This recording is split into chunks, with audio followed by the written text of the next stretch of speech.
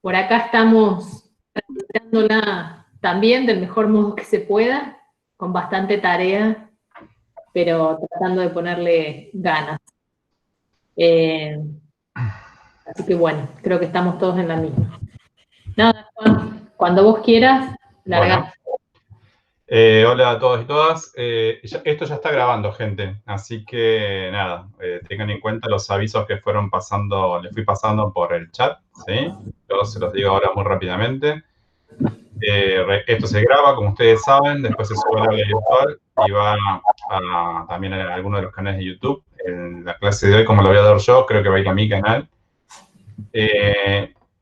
Los y las que quieran pueden desactivar sus cámaras, si no, no hay problema, que también es bueno verse las caras de vez en cuando, y usen el chat para hacer las consultas que consideran necesarias, ¿sí? Hoy vamos a estar hablando de métodos cualitativos, hay mucha información al respecto. Para ir ordenando un poco las cosas, yo apenas arranque les voy a hacer un paneo muy general de cuál es la literatura que tienen en la bibliografía sobre estos métodos. Yo no voy a seguir una descripción detallada de la literatura, sino que simplemente voy a hacer un paneo general por los principales métodos cualitativos. Así que es importante bueno, que vayan tomando nota de todo. Y como siempre, si hay cosas que podemos resolver ahora durante las 2 horitas que vamos a estar trabajando, perfecto. Y si no, ya saben, usen el aula virtual para todas las consultas que consideran necesarias. Los métodos cualitativos son métodos muy importantes para las ciencias sociales en general y para la psicología en particular.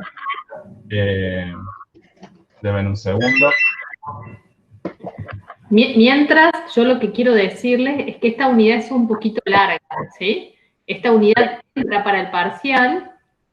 No sé, como el modo de desarrollar las clases vía virtual es un poco más lento que cuando lo hacemos en el cursado, no sé cuántas clases nos llevará.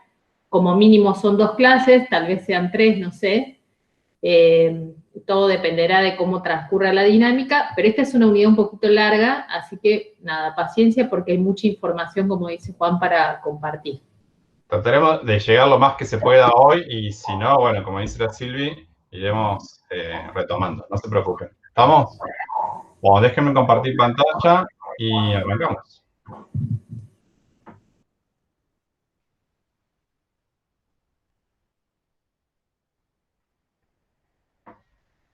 Bueno, vamos a arrancar tratando de hacer una especie de revisión muy rápida de los orígenes históricos de los métodos cualitativos. Los métodos cualitativos tienen sus orígenes en diversas disciplinas. Algunas contribuciones vienen del campo de la antropología, ya vamos a verlo. Otras contribuciones vienen del campo de la sociología y algunas se han generado desde el interior mismo de nuestra disciplina, de la psicología. Eso está bueno también saberlo, ¿sí? Ya vamos a ver qué nombres aparecen relacionados con esas contribuciones. Como les mencionaba recién en la introducción y como lo subrayaba Silvina recién, es una unidad que tiene mucho material, ¿sí? Afortunadamente el material que ustedes tienen está muy bien desarrollado. En la Filmina ustedes tienen listados los 3 textos de Flick. Flick es un académico, un colega alemán, especializado en el uso de metodologías cualitativas. El material que nosotros estamos usando es una de las pocas traducciones que hay al español de un muy buen manual de metodología cualitativa, así que si alguno de ustedes está pensando ya en ir especializándose en ese campo, este manual de Flick debería ser un manual en el cual deberían, pese a los años que ya tienen, deberían tratar de invertir o ver si hay alguna reedición más nueva que incluya actualizaciones, ¿sí? De Flick, en los apuntes de la asignatura tienen las narraciones como datos, la entrevista semiestructurada y entrevista y grupos de discusión, ¿sí? A su vez, dentro de la unidad vamos a tener 2 capítulos del manual de León y Montero, que es un manual que ustedes ya saben, venimos siguiendo de manera sistemática en la asignatura, junto con el de Sampieri. En este caso, de León y Montero vamos a recuperar la investigación etnográfica y los estudios fenomenológicos, y el estudio de casos y la investigación-acción, ¿sí? De algunas de estas estrategias, yo hoy muy genéricamente voy a estar dando algunas indicaciones, algunas descripciones, ¿sí? Y la unidad cierra con un texto de Soneira que dice la teoría fundamentada en los datos, que es otra estrategia fuertemente utilizada dentro de los métodos quali y que muchas colegas que se dedican a la psicología en Argentina usan de manera frecuente. ¿Vamos? O sea, es mucho material, por favor, así que no se dejen estar, vayan leyendo. Están muy bien escritos, eso está bueno también, son de lectura ágil, así que nada, pónganse las pilas y cualquier duda que vaya surgiendo del contraste entre esos materiales y volver a las notas o al revisionado de este video más tarde, nada, lo comparten y lo hacen por el foro del aula virtual. Vamos a empezar como me gusta empezar a mí, tratando de plantearnos preguntas bien simples para ir después desgranando cosas de mayor complejidad. La pregunta más simple que podemos hacernos cuando introducimos un tema nuevo es ¿qué es este tema? ¿Sí? En este caso, ¿qué es la metodología de investigación cualitativa? Yo les propongo dos respuestas y voy a contextualizar un poco quiénes son los que proveen esas respuestas para que ustedes vayan viendo también algo que también caracteriza a la metodología en general y a la metodología cualitativa en particular, que es que a lo largo del paso del tiempo se van produciendo ajustes en la comunidad respecto de qué se entienden por las metodologías o cómo se las consigue o cómo se las piensa. En este caso, la primera definición que les traigo es una definición de dos autores que se consideran como centrales dentro del universo de la gente que se dedica a trabajar con métodos cualitativos en ciencias sociales. De hecho, esta definición sale de un texto clásico de métodos de investigación cualitativos en ciencias sociales. Los autores son Taylor y Bogdan. La definición que yo les traigo es de 1984. Este texto por ahí se puede conseguir reeditado en librerías de Córdoba o en la web. Es un clásico, así que permanentemente se está sacando para la venta, ¿sí? O pueden incluso, si se dan mañana, encontrarlo en PDF por ahí en la web. ¿Qué dicen estos colegas? Ellos dicen que la metodología de investigación cualitativa es una investigación que produce datos a partir de, y esto es muy importante, de las propias palabras de las personas, sean habladas, sean escritas, y de la conducta de las personas, la conducta observable de la persona, ¿sí? O sea que esta primera definición de metodología ya nos va marcando un poco sobre qué material se ocupan quienes trabajan con métodos cualitativos, ¿sí? Y de qué naturaleza es ese material, ¿sí?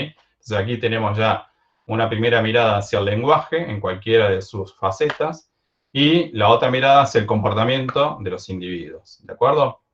Pero, y acá ya empieza una de las primeras diferencias con la perspectiva cuantitativa, Taylor y Bogdan señalan que los métodos cualitativos, o hacer uso de las metodologías de investigación cualitativa también es mucho más que simplemente aplicar un conjunto de herramientas o de técnicas para la recolección de datos. Implica un modo muy particular de cargar el mundo empírico, ¿sí? Adoptar una perspectiva muy particular, una forma de trabajo muy particular. Esto es importante que lo tengan presente porque es una característica que no ha cambiado desde esta definición de 1984 hasta la fecha en relación a cómo se conciben los y las colegas que trabajan con métodos cualitativos, ¿sí? Ellos no solamente se piensan como científicos que aplican un conjunto de herramientas para resolver el problema que tengan enfrente, sino que además lo hacen desde una perspectiva muy particular que dentro de algunas estrategias puntuales que vamos a discutir después de los métodos quali implican estar fuertemente implicados en el fenómeno sobre el cual están trabajando. ¿De acuerdo? Vamos a una definición con unos años más, ¿sí? La definición esta es provista por Alan Kasdin. Alan Kasdin es un colega norteamericano que ha estado siempre interesado por trabajar en temas de psicopatología del desarrollo en niños y adolescentes, pero que además ha estado particularmente interesado en cómo lograr que la gente los colegas, los psicólogos y las psicólogas que se dedican a la clínica, a la psicología clínica, tengan una sólida formación en metodología, ¿sí? Entonces, esta definición que yo les traigo acá viene de un manual de metodología de investigación en psicología clínica donde Kasdin presenta las distintas estrategias de investigación, las cuantitativas, las cualitativas y algunos matices particulares que tienen que ver con el universo de la investigación, pero siempre en referencia al área de la psicología clínica. Así que esta es otra recomendación. Si alguna de ustedes ya está orientado hacia la psicología clínica y quiere tener una buena fundamentación metodológica sobre cómo se trabaja en investigación clínica, El libro de Kasdin, si bien es muy difícil de conseguir, por ahí pueden encontrarlo usado en Mercado Libre o en otro sitio, es una recomendación porque es de los pocos manuales que tenemos en idioma español sobre métodos de investigación en psicología clínica. ¿Ok? En ese manual, Kasdin provee la siguiente definición sobre estos métodos cualitativos. Él dice que es una aproximación al tema en cuestión sobre la experiencia humana, centra su interés en informes narrativos, describe, interpreta, apunta a tener siempre presente el contexto en que ocurren los comportamientos de los individuos y apunta al significado de las cosas que los individuos dicen o hacen dentro de ese contexto. Para Kasdin, la metodología cualitativa tiene como objetivo describir, interpretar, comprender los fenómenos de interés. ¿Ok? Entonces, aquí ya empezamos también a encontrar un poco, primero, un poquito más de precisión respecto de qué es lo que caracteriza la metodología de investigación cualitativa y a su vez empezamos a tener algunos primeros elementos para distinguirla de los métodos cuantitativos, ¿sí? En general, dentro de la investigación cualitativa no vamos a hablar de explicación de un fenómeno en los mismos términos en los que se habla dentro de la vereda de enfrente, de los métodos cuantitativos, ¿sí? Vimos muy rápidamente dentro de los métodos cuantitativos, por ejemplo, en el extremo máximo de logro de explicación de relaciones causales están los experimentos, ¿sí? Donde él o la investigadora o investigador tiene la capacidad de manipular la variable independiente y de esa forma poder determinar si tiene un efecto o no sobre una variable dependiente y reunir información justamente para poder arriesgar una posible relación de causalidad. En las metodologías cualitativas ese no es el objetivo, no se logra, de lo que se habla es de comprensión de un fenómeno, y por otro lado, que es algo que ya discutíamos la semana pasada, en las metodologías cualitativas estamos concentrados solamente en comprender, entender, describir, interpretar un fenómeno en particular, ¿sí? Estamos dentro de lo que llamaríamos el inductivismo, nos interesa ese caso en particular. Si después lo que reunimos como información sirve para tratar de interpretar o comprender qué pasa con otras situaciones similares, bienvenido sea, pero no es el objetivo, ¿sí? Es totalmente diferente esta perspectiva de la perspectiva cuantitativa, en donde justamente lo que se busca es generalización de los resultados. ¿Estamos hasta acá? Sí, vamos a avisar si hay alguna consulta o algo en el chat. Vamos a ir definiendo algunas categorías por las cuales podemos caracterizar mejor a las metodologías cualitativas. Entonces vamos a apuntar a tener, en este caso, ustedes pueden hacer otro ejercicio, o pueden buscar en los otros manuales o en los textos que les hemos recomendado, si hay algunas otras categorías que puedan aplicar. Acá yo elegí un criterio epistemológico, criterios metodológicos, criterios técnicos y criterios de contenido, para que podamos ver qué caracteriza específicamente a los métodos quali, ¿sí? Dentro del epistemológico, algo que yo ya le estaba adelantando, lo importante acá es la perspectiva inductiva, ¿sí? ¿Okay? La preocupación por el caso puntual, no por la generalización a otros tipos de casos, ¿sí? Como nos preocupamos por un caso puntual, Pedro, una familia, una comunidad, un barrio, una empresa, ¿por qué no? Siempre que lo tomemos como un caso puntual, vamos a ser, como investigadores que adoptan una estrategia cualitativa, vamos a ser flexibles en la descripción de los comportamientos o aspectos que nos interesen de ese caso puntual, y vamos a estar permanentemente contextualizando esa tarea, ¿sí? Sabiendo en qué lugar ocurre, bajo qué condiciones, qué está pasando en otros niveles que atraviesan a ese caso. ¿Okay? Desde la perspectiva metodológica, de lo que se trata en las metodologías cualitativas es de la generación de categorías en las cuales yo pueda ir clasificando los aspectos de esa realidad que voy observando, ¿sí? Una particularidad que tiene esta perspectiva cualitativa es que busca captar la realidad en sus propios términos, ¿sí? Esto lo vamos a ver más fuertemente en algunas de las estrategias específicas de la investigación cualitativa, ¿sí?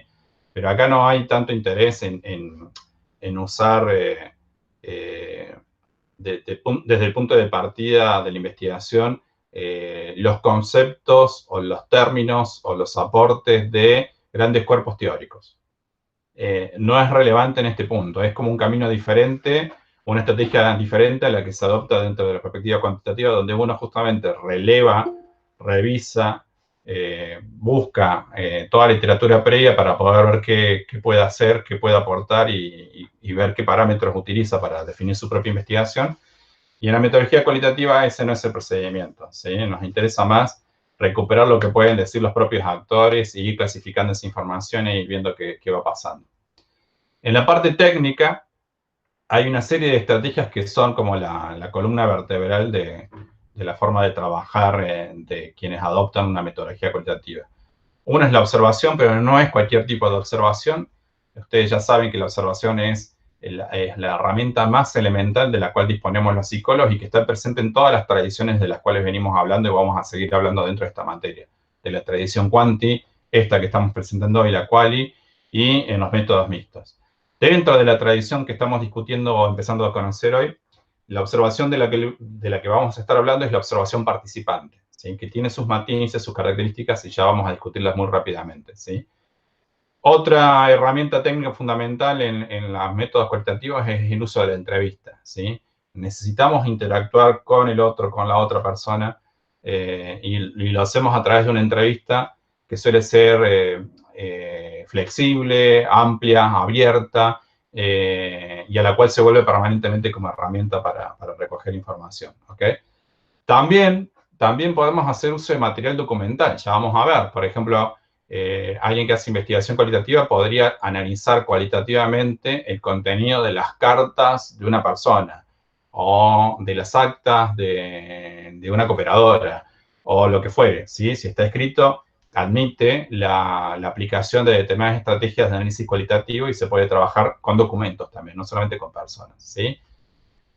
Todo este tipo de estrategias y otras que vamos a ver remiten a que el investigador o la investigadora que adopta esta perspectiva pueda hacer análisis interpretativos. No quita que no pueda hacer cierto tipo de análisis cuantitativos. No es la estrategia más frecuente, por cierto, pero podría ocurrir.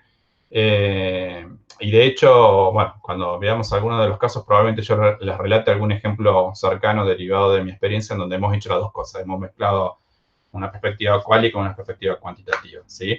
Pero no es la más frecuente, mucho menos en nuestro medio, ¿sí? En Argentina, en general, quienes adoptan estrategias cualitativas son como más puristas, son cualitativos 100%, ¿estamos?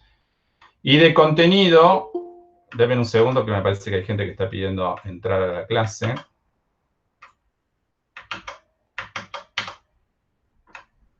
Admitir, perfecto. Vuelvo. Y de contenido, ¿qué le interesa a la gente que adopta esta estrategia? Los hechos públicos y los hechos privados. La idea es progresar en el camino que se pretende, con el que se pretende acceder a los fenómenos mentales de las personas, ¿sí? A lo que piensan las personas, ¿sí? ¿Estamos hasta acá? ¿Hay dudas, Sil? Tenés tu micrófono apagado. Sí, lo tengo apagado para que no reverbere tu voz. Sí, no hay ninguna. Bueno, empecemos por una revisión muy rápida entonces de aspectos históricos. Gente, esto implica que para algunos de ustedes veamos nombres o aspectos conocidos, ¿sí? Seguramente todos saben a quién representa la imagen de la derecha, ¿sí? Freud, ¿ok? Estamos cerca del aniversario del nacimiento de Freud, fue el 6 de mayo, ¿ok?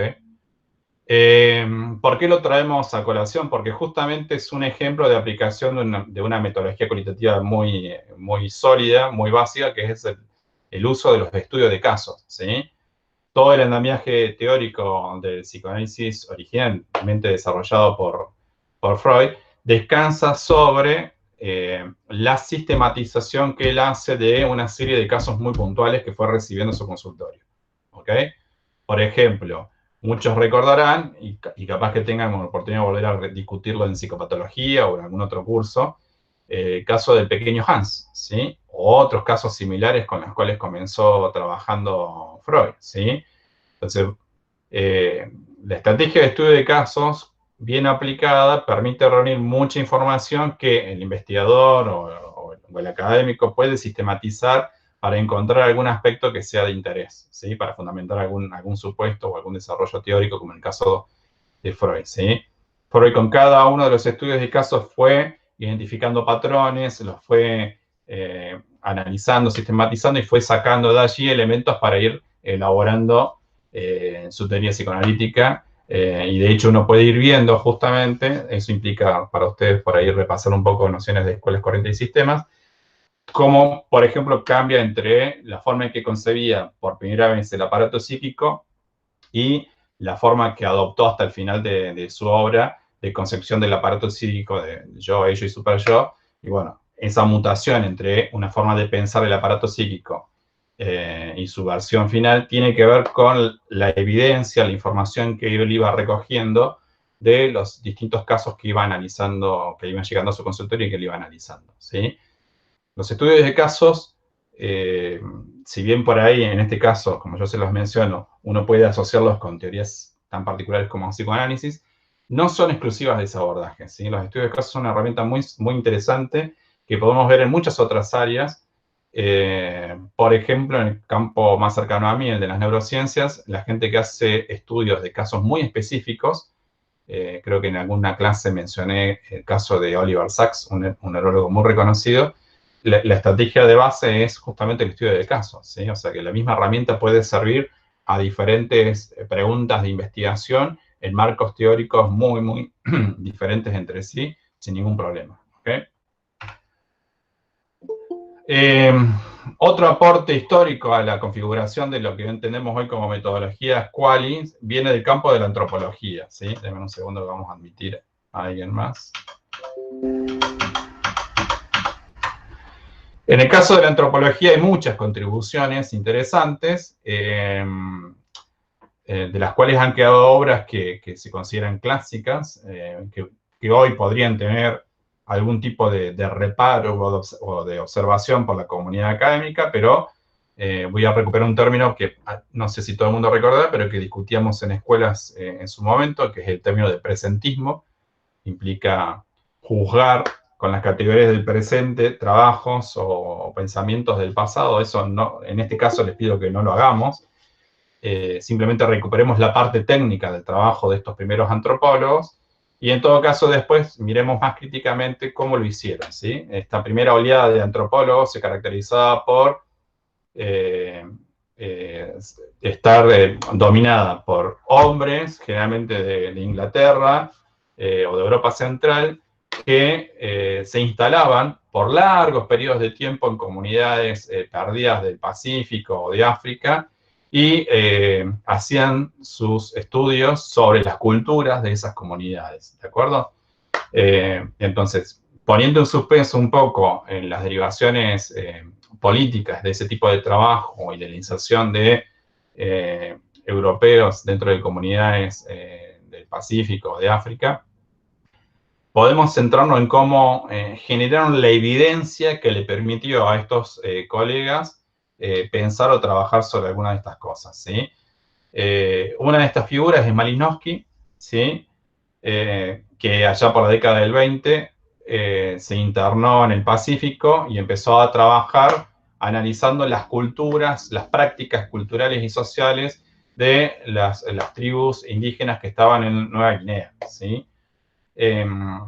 Para poder avanzar en el desarrollo de este estudio, él sentó las bases un poco de algunas de las herramientas que hasta la fecha se consideran básicas dentro de la metodología cualitativa, que es la etnografía, o sea, la descripción detallada de los usos, costumbres, prácticas de una comunidad, ¿sí?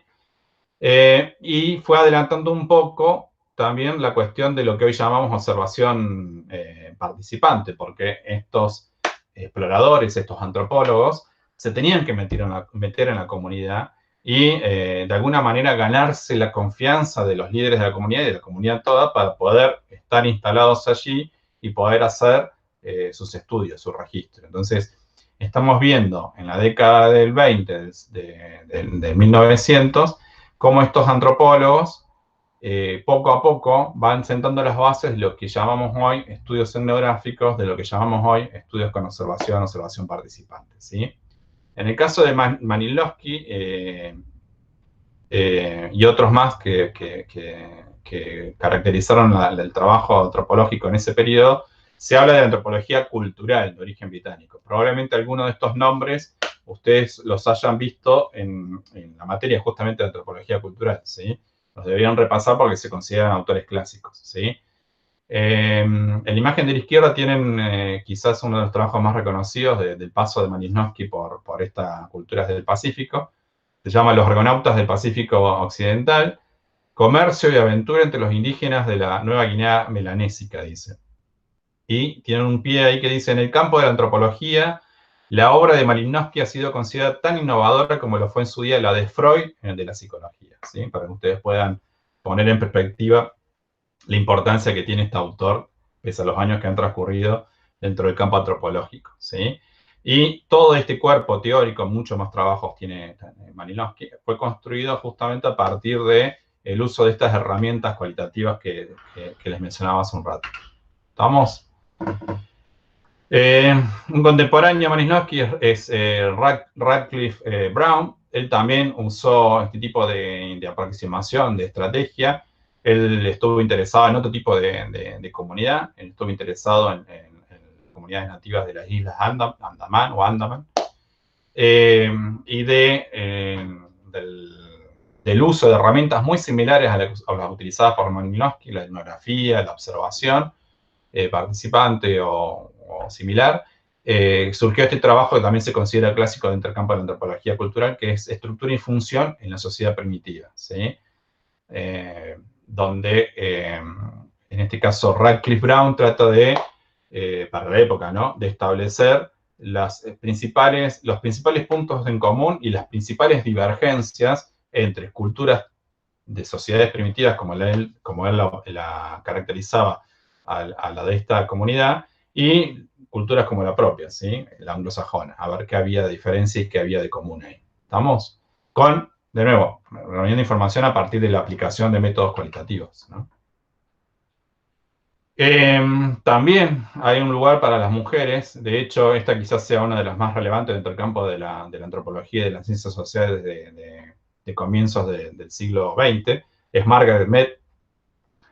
Margaret Mead también trabajó desde la perspectiva antropológica, también trabajó con la observación, también trabajó con la etnografía, y ella estuvo instalada en Samoa, ¿sí?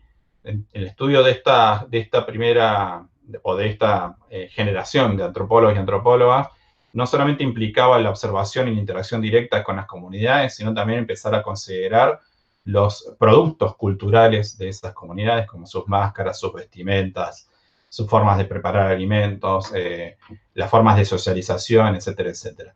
Todo eso está debidamente documentado a partir justamente de largas periodos o largas estancias dentro de estas comunidades y un registro sistemático de justamente los usos, las prácticas culturales, las costumbres, las jerarquías, las formas de relacionamiento dentro de esas comunidades, ¿sí? Acá no hay experimentos, acá no hay aplicaciones de cuestionarios ni nada, es observación y registro permanente de cada una de las cosas que están pasando, la interacción con los miembros de esas comunidades, ¿sí? Son como los pilares de lo que hoy consideramos central dentro de una práctica cualitativa, ¿sí? Y ya fueron definidas en su momento por colegas de otras disciplinas. Entonces, hasta acá, ¿qué vimos? El estudio de casos, introducido dentro de la perspectiva del psicoanálisis, pero que sabemos que está presente en otro tipo de disciplinas. El uso de la etnografía y de la observación, proveniente del campo de la antropología. Y otras contribuciones vinieron del campo de la sociología, ¿sí? El caballero de la imagen es Clifford Shaw. Clifford era un sociólogo norteamericano. Y allá por la década del 30, él y otros colegas dieron origen a lo que llamamos un movimiento, a una tendencia que es una escuela de sociología de Estados Unidos, que se caracterizaba también por la adopción de estrategias cualitativas para reunir la evidencia que les interesaban a ellos, ¿sí? En este caso, Clifford Shaw usó lo que hoy llamaríamos típicamente entrevistas, ¿sí?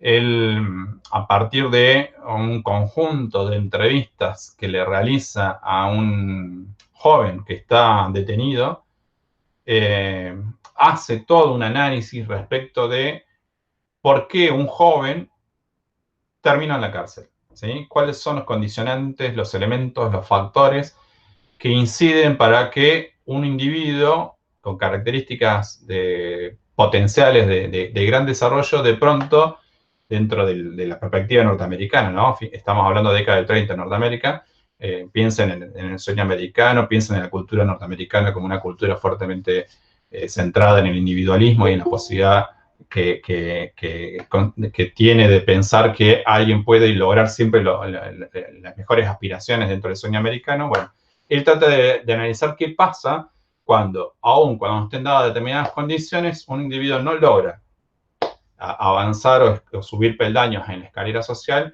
y termina, como termina el caso que le interesa a él, en la cárcel, ¿sí?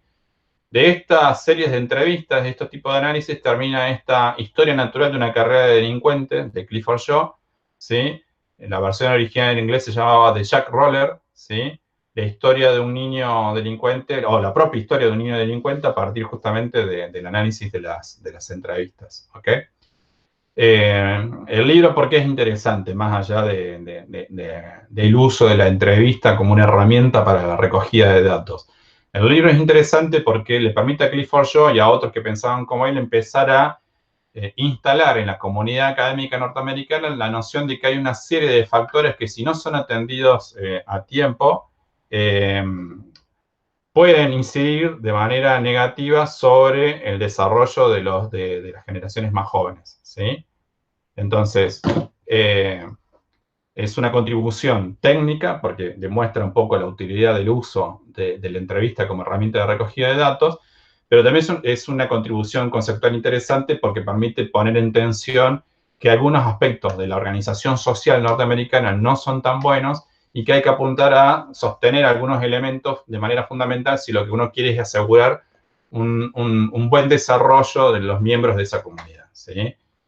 Como por ejemplo el acceso a la escuela, etcétera, etcétera. Así que son cosas que hasta el día de hoy, al menos en el ámbito norteamericano, se siguen discutiendo fuertemente. ¿Estamos? En ese movimiento de contribuciones de sociólogos norteamericanos al campo de los métodos cualitativos, tenemos después a la Escuela de Sociología de la Universidad de Chicago, ¿sí? Con, entre otros, dos referentes importantes, Robert Park y Ernest Burgess, ¿sí? ¿Por qué interesan? Porque ellos empezaron a aplicar métodos cualitativos a fenómenos de interés marcado no solamente para la comunidad académica, sino para pensar políticas públicas dentro del ámbito norteamericano y sobre fenómenos que al día de hoy siguen teniendo vigencia, ¿sí? ¿En qué estaban interesados estos autores? Ellos estaban interesados en cómo se organizan las ciudades, ¿sí? Cómo una ciudad se desarrolla, cómo se organiza esa ciudad, cómo se organizan las comunidades dentro de una sociedad, cómo se accede a los servicios de una ciudad, transporte público, las escuelas, etcétera, etcétera, ¿sí? ¿Ok? Nada más que en vez de hacerlo de una perspectiva cuantitativa, ellos prefirieron adoptar una estrategia más cualitativa que implicaba meterse en terreno, hablar o conversar o analizar el comportamiento de las comunidades, etcétera, etcétera, ¿sí? De la experiencia de Park y Burgess de este periodo han salido un montón de trabajos interesantes, entre ellos, por ejemplo, esta obra que se llama La Ciudad, recomendaciones para la investigación del comportamiento humano en el ambiente urbano, ¿sí? Que es un tema de agenda hasta el día de hoy. Hasta el día de hoy estamos interesados en saber cómo nos organizamos en nuestros ambientes urbanos. Y si cualquiera de ustedes está interesado en ese campo, tiene que saber que, así como lo hacían Park y Burgess, hoy lo puede hacer también utilizando metodologías cualitativas. Y no habría absolutamente ningún inconveniente en avanzar en esa línea. ¿Okay? La idea de estos colegas es interesante porque deja marcada una agenda que al día de hoy tiene mucho interés, que era desarrollar una ciencia de la ciudad, ¿sí? Y para eso propusieron una aproximación metodológica exclusiva o propia que se llama investigación sociológica urbana, que confía mucho en estrategias cualitativas para la recolección de evidencia. ¿Okay? De nuevo, es un tema súper central. Fíjense los años que esto tiene. Estamos hablando de una escuela que fue central entre 1910 y 1940 en Estados Unidos, pero el interés por trabajar sobre una ciencia de la ciudad sigue estando hasta el día de hoy, ¿sí? Quizás después, en algún momento, aprovechando que en este turno está Vicky, Vicky nos pueda contar un poco cómo se trabaja en estos temas mezclando perspectivas, ¿sí? Algo ya adelantó, creo que la semana pasada cuando contaba un poco algo de la línea de investigación. Porque, por ejemplo, dentro de una ciencia de la ciudad estaríamos interesados en el tema de el consumo de energía, supongo, o alguna otra cosa que Vicky podrá comentar un poco mejor. Y podríamos hacerlo, si estamos interesados en investigar eso, con una perspectiva quali, una quanti o una mixta, como vamos a ver más adelante. ¿Hay dudas, Sil? Creo que no. No. Bien. ¿Qué pasa con las metodologías cualitativas en un momento muy específico sobre todo de nuestra disciplina? Entre el 40 y el 50, si hacen un poco de memoria, en escuelas veíamos que es el momento que se llama el momento de las grandes teorías en psicología, ¿sí? Sobre todo en el ámbito norteamericano. ¿Por qué? Es el momento en donde el conductismo alcanza su pico máximo y no hay un conductismo, sino que hay montones de conductismo, ¿sí? Tolman, Skinner, un montón. Cada uno de ellos desarrolla teorías a lo loco, y todas esas teorías están basadas en la aplicación rigurosa de tecnologías que ya discutimos la semana pasada muy rápidamente, métodos experimentales de comparación de grupos o, muy fuertemente, en el caso de Skinner, por ejemplo, métodos experimentales de caso único, ¿sí? Muchas teorías y mucha hegemonía, entonces, de los métodos cuantitativos. Eso implica que para el desarrollo que venía teniendo las metodologías cualitativas, dentro del campo puntual de la psicología hubiera como un paréntesis, se parara, se frenara un poco la cosa, ¿sí? ¿Por qué? Porque hay una hegemonía de las perspectivas y teorías más asociadas a la medición cuantitativa, y eso hace que tanto en la academia, es decir, en los planes de formación, como en los órganos de difusión de la ciencia producida, las revistas típicamente, lo que domine sea la producción con métodos cuantitativos. Entonces hay un parate ahí de las metodologías cualitativas, pero no desaparecen, ¿sí? Se vienen desarrollando o continúan desarrollándose fuertemente por otras disciplinas del campo de las ciencias sociales, la antropología o la sociología, y va a tener que pasar un tiempito antes de que dentro de la propia psicología empiece a haber dudas y espacio, grietas, para que lo cualitativo vuelva a emerger, ¿sí? Justamente, una de las personas que empieza a introducir dudas al respecto es Carl Rogers, ¿sí? Que es un nombre muy conocido para ustedes dentro de la psicología. Déjenme ver que admitimos a alguien más. Bueno, Rogers es una persona muy importante. Hagan un esfuerzo, por favor, que sienta que las clases de escuelas valieron la pena. Rogers es uno de los referentes de la denominada tercera posición o tercera fuerza en psicología, ¿sí? ¿Por qué lo traemos aquí cuando estamos hablando de la reaparición de los métodos quali dentro de la psicología en particular y de las ciencias sociales en general? Porque justamente en un entorno en donde hay hegemonía de la medición cuantitativa y hegemonía de las diversas formas de pensar la psicología que tenían los distintos conductismos que existían por allí, ya había personas como Rogers que podríamos considerar como disidentes, que pensaban que había otra forma de concebir al ser humano y había que pensar otras maneras de obtener información para avanzar en este interés que tenemos todos los psicólogos y las psicólogas de comprender a la persona, comprender a los seres humanos, ¿sí? ¿Qué le interesaba a Rogers? A Rogers le interesaba la psicoterapia, ¿sí? Y particularmente le interesaba saber por qué la psicoterapia funciona, que es una pregunta central para nosotros en nuestra disciplina, ¿sí? No es el único que se lo ha preguntado, por cierto, pero fue uno de los primeros en hacerlo, y claramente fue uno de los primeros en hacerlo apelando para su resolución a metodologías cualitativas, ¿sí? ¿Qué hacía él? Él estudiaba el uso del lenguaje en el proceso psicoterapéutico, ¿sí?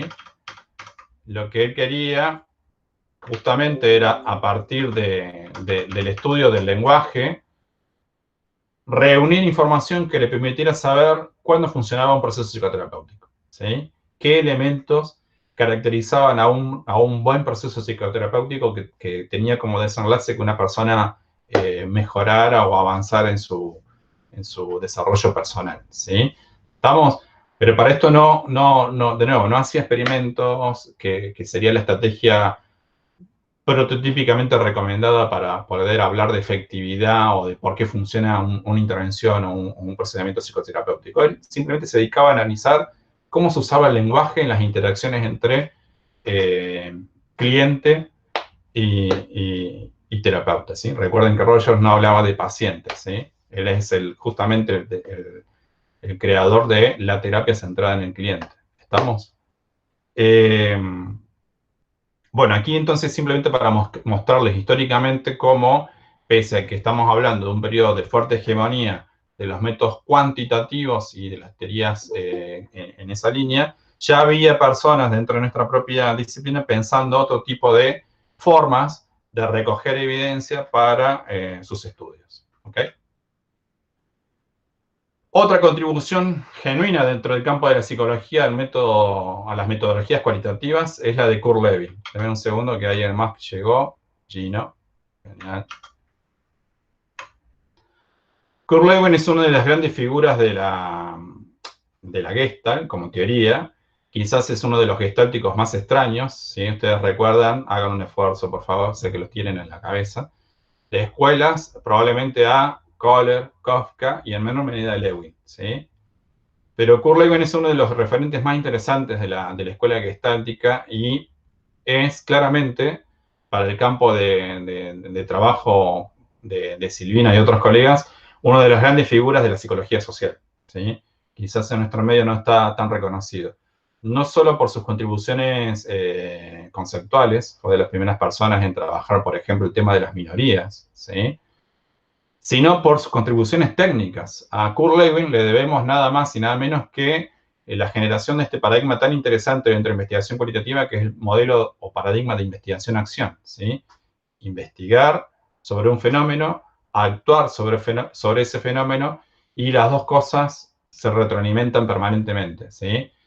La figura que ustedes tienen acá es una figura original de Lewin, como él concebía justamente el proceso de investigación desde la perspectiva que estaba proponiendo empezó a proponer entre 1946 y 1947. ¿Sí? Fíjense que esto es algo que mencionábamos la semana pasada. La tradición cuantitativa o el modelo cuantitativo generalmente adopta un programa o una forma de trabajo lineal, ¿sí? Secuencial. Lineal. Siempre hacemos el paso 1, una vez que lo completamos pasamos al paso 2 y así, pero secuencialmente. ¿Ok? Las metodologías cualitativas, y en parte tienen que ver con esta estrategia delineada por Kurt Lewin, tienen un modelo más recursivo. ¿Sí? Uno puede ir y venir permanentemente en distintos momentos de la investigación, haciendo los ajustes que considere que haya que hacer y continuar en su objeto de trabajo, ¿sí? En su pretensión de obtener información sobre algún aspecto de la realidad que le interesa. ¿Sí? Esto queda claramente señalado aquí en este diagrama original de Kurt Lewin, donde muestra que uno tiene una idea de trabajo, genera un plan general, pero incluso antes de pasar de la idea al plan general podría tener algún tipo de vuelta, ¿sí? Y luego va dando pasos en la concreción de su objetivo, ¿sí? Acciones, dice él en su texto original, pero puede tomar diferentes decisiones en función de justamente la información que vaya recogiendo. Entonces, esto se vuelve recursivo, ¿sí? Es como un movimiento en espiral, si uno quisiera pensarlo también de otra manera, ¿sí? Esto es central. Es una forma de trabajo que atraviesa las metodologías cualitativas contemporáneas y que claramente lo diferencia de la forma de trabajo dentro de la aproximación cuantitativa, ¿sí? Yo cuando comienzo un experimento, que claramente soy alguien que adopta mucho más esa estrategia por el tipo de pregunta de investigación que tengo, no puedo finalizar el experimento en cualquier momento. Tengo que completar todas las fases, analizar la información, y una vez que analizo esa información, puedo decidir si continúo con el experimento, hago un ajuste o genero un experimento nuevo, ¿sí? Quien tiene una investigación cualitativa, lo que hace es otro tipo de estrategia, y puede ir y venir todo el tiempo que quiera, no hay problemas. Es inherente a la filosofía de trabajo de las metodologías cualitativas, ¿sí? Y esta dinámica de trabajo fue planteada originalmente, o de manera mucho más clara, por Kurt Lewin. ¿Tá? Luego tenemos distintos hitos que también van matizando un poco la producción en investigación cualitativa, ¿sí? Y cercana a nuestro campo, ¿sí? En la década del 60, justamente con la crisis de los conductismos y la emergencia o las tensiones introducidas por la psicología humanista y por otros movimientos que no solamente tienen que ver con tensiones científicas o dentro de la comunidad científica, sino con fenómenos sociales que trascienden a las comunidades académicas. La década del 60 es un periodo de mucha convulsión social en todo el mundo, revoluciones, movimientos sociales, etcétera, etcétera. Bueno, todo eso atraviesa también las comunidades académicas y permite que, por ejemplo, en el caso puntual de lo que nos interesa a nosotros, las metodologías colectivas, haya una explosión de nuevos trabajos, de nuevos desarrollos, ¿sí? Por ejemplo, dentro de esa explosión de nuevos trabajos, uno muy llamativo, muy interesante por la forma en que adoptó de desarrollo, es el que llevó adelante Erving Goffman, ¿sí? Goffman es un autor muy importante para todos aquellos y aquellas interesados en la salud mental, ¿sí? Porque fue una de las primeras personas que llamó la atención sobre la organización de instituciones de salud mental y los efectos que los modos particulares de la organización de esas instituciones de salud mental tenían sobre la salud mental, ¿de acuerdo?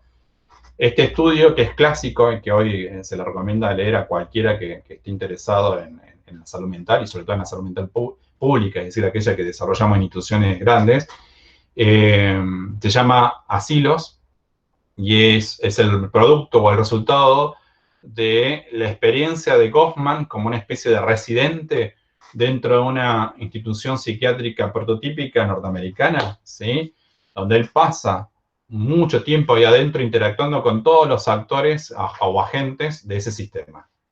Personal de seguridad, personal de limpieza, agentes de salud, enfermeros, enfermeras, psiquiatras, y obviamente con los pacientes, ¿sí?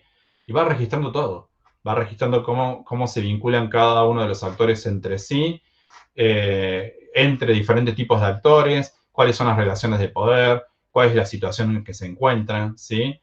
Esta obra es central porque termina en esta publicación que se llama Asilos, en donde él analiza justamente cuál es la situación social de los pacientes mentales y otro tipo de pacientes que por algún motivo, legal generalmente en el ámbito norteamericano, están alojados en este tipo de instituciones que hasta ese momento eran instituciones monumentales y que tenían una forma de organización muy particular, ¿sí?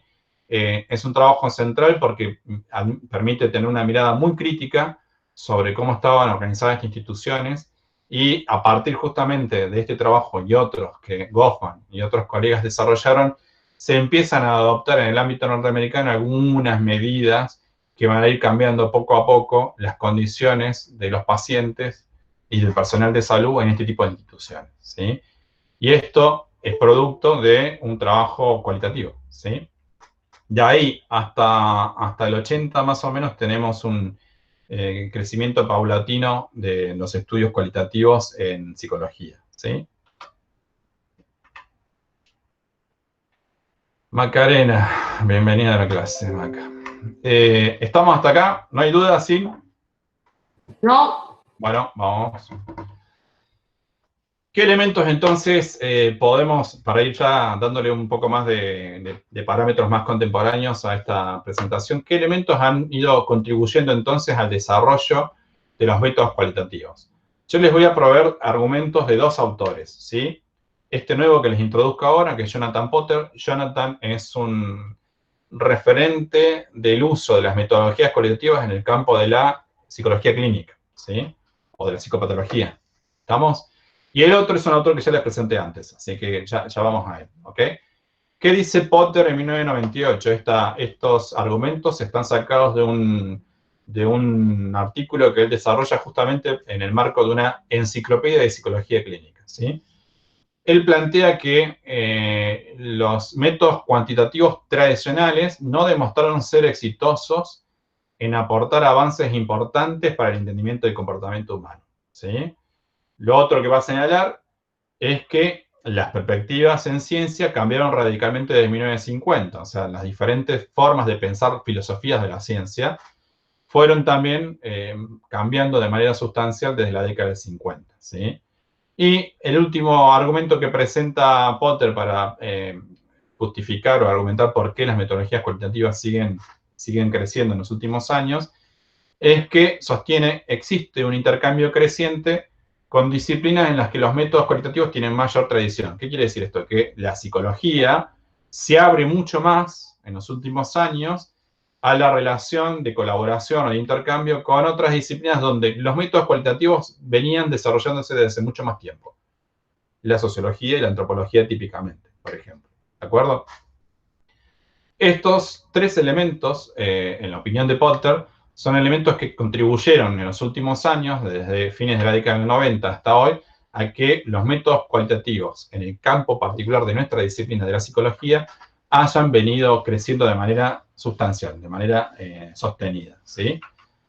Vamos a ver qué aporta Kasdin, que es un autor que ya les introduje al principio. Recuerden, Kasdin es un psicólogo clínico, él usa más métodos cuantitativos, pero, como les mencionaba en la introducción, está muy interesado por asegurar que quienes se dedican a la clínica, a la psicología clínica, tengan la mejor formación metodológica posible. Entonces, en algún momento escribió un manual de metodología de investigación en psicología clínica. Cuando él se pregunta, o cuando él analiza qué elementos han contribuido al desarrollo de los métodos cualitativos, los argumentos que dan son los siguientes. Kasdin sostiene que, en parte, esto tiene que ver con la insatisfacción y la reacción a la investigación cuantitativa como se la concibe y practica comúnmente.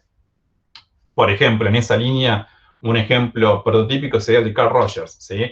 Alguien formado dentro del conductismo que de pronto dice esto no me responde las preguntas que quiero resolver, estas estrategias de recogida de datos no me sirven o no me contienen, y se va hacia otro territorio, ¿sí? Adopta otra forma de concebir a la persona, se hace preguntas como las que les mencionábamos hace un rato, ¿por qué funciona la psicoterapia? Decide que una forma de resolverlo tiene que ver con analizar los usos del lenguaje y adopta una estrategia cualitativa, ¿sí? Ese sería un ejemplo prototípico de alguien que refleja esto que señala Kasdin, insatisfacción y reacción a la investigación cuantitativa como se la venía haciendo practicando. Segundo punto de Kasdin, y en esto hay un punto en común con lo señalado por Potter, efectivamente empiezan a crecer mucho otras formas de pensar la filosofía de la ciencia, ¿sí? Lo que dice Kasdin, dando un poco más de detalle, es que la influencia de perspectivas filosóficas que se enfocan o se concentran en describir, en el significado, en el análisis de las intenciones, en el análisis del propósito de las personas o en el contexto en los que las personas hacen las cosas que hacen, todo esto que asociamos, por ejemplo, con la fenomenología, también ha contribuido de manera significativa a que las metodologías cualitativas se vayan desarrollando más fuertemente, ¿sí?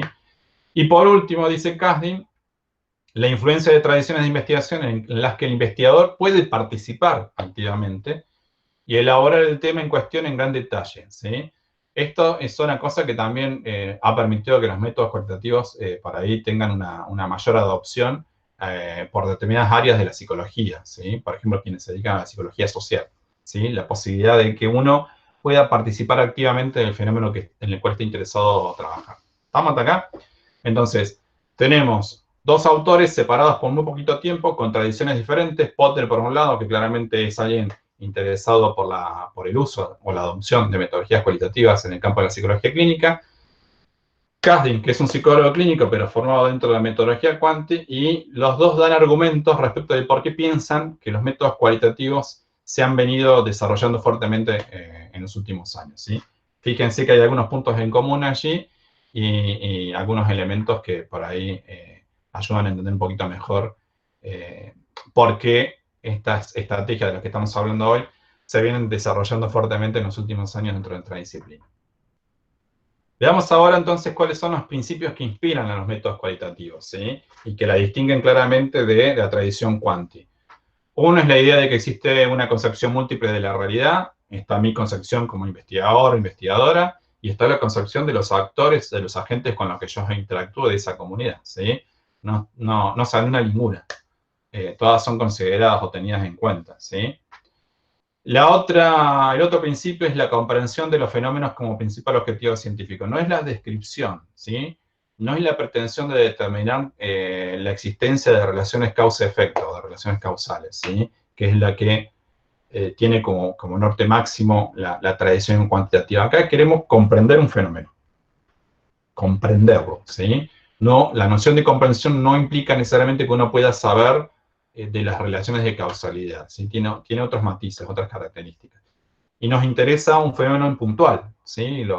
En la tradición cuantitativa, la pretensión de la descripción o explicación tiene que ver también con poder generalizar los resultados a otros casos similares. Aquí no. Acá queremos comprender un caso puntual, ¿sí? Y el otro principio inspirador a tener en cuenta es que el investigador o la investigadora y el objeto, o el sujeto, para ponerlo con mayor precisión, de investigación se están interrelacionando mutuamente todo el tiempo, ¿sí? Siempre es un investigador o una investigadora en relación con otros, con otras, y se van definiendo mutuamente, ¿sí?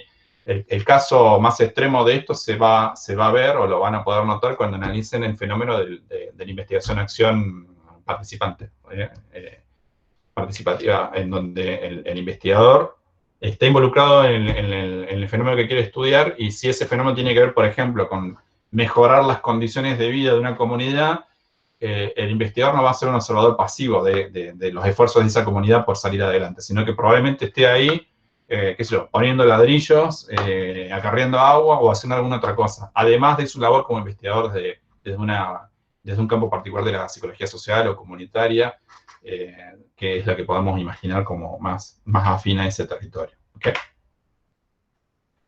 Esto que mencionaba recién, otro principio inspirador es la de un conocimiento de carácter ideográfico, es decir, lo que se pretende es comprender o describir ese caso individual, no hay otra pretensión.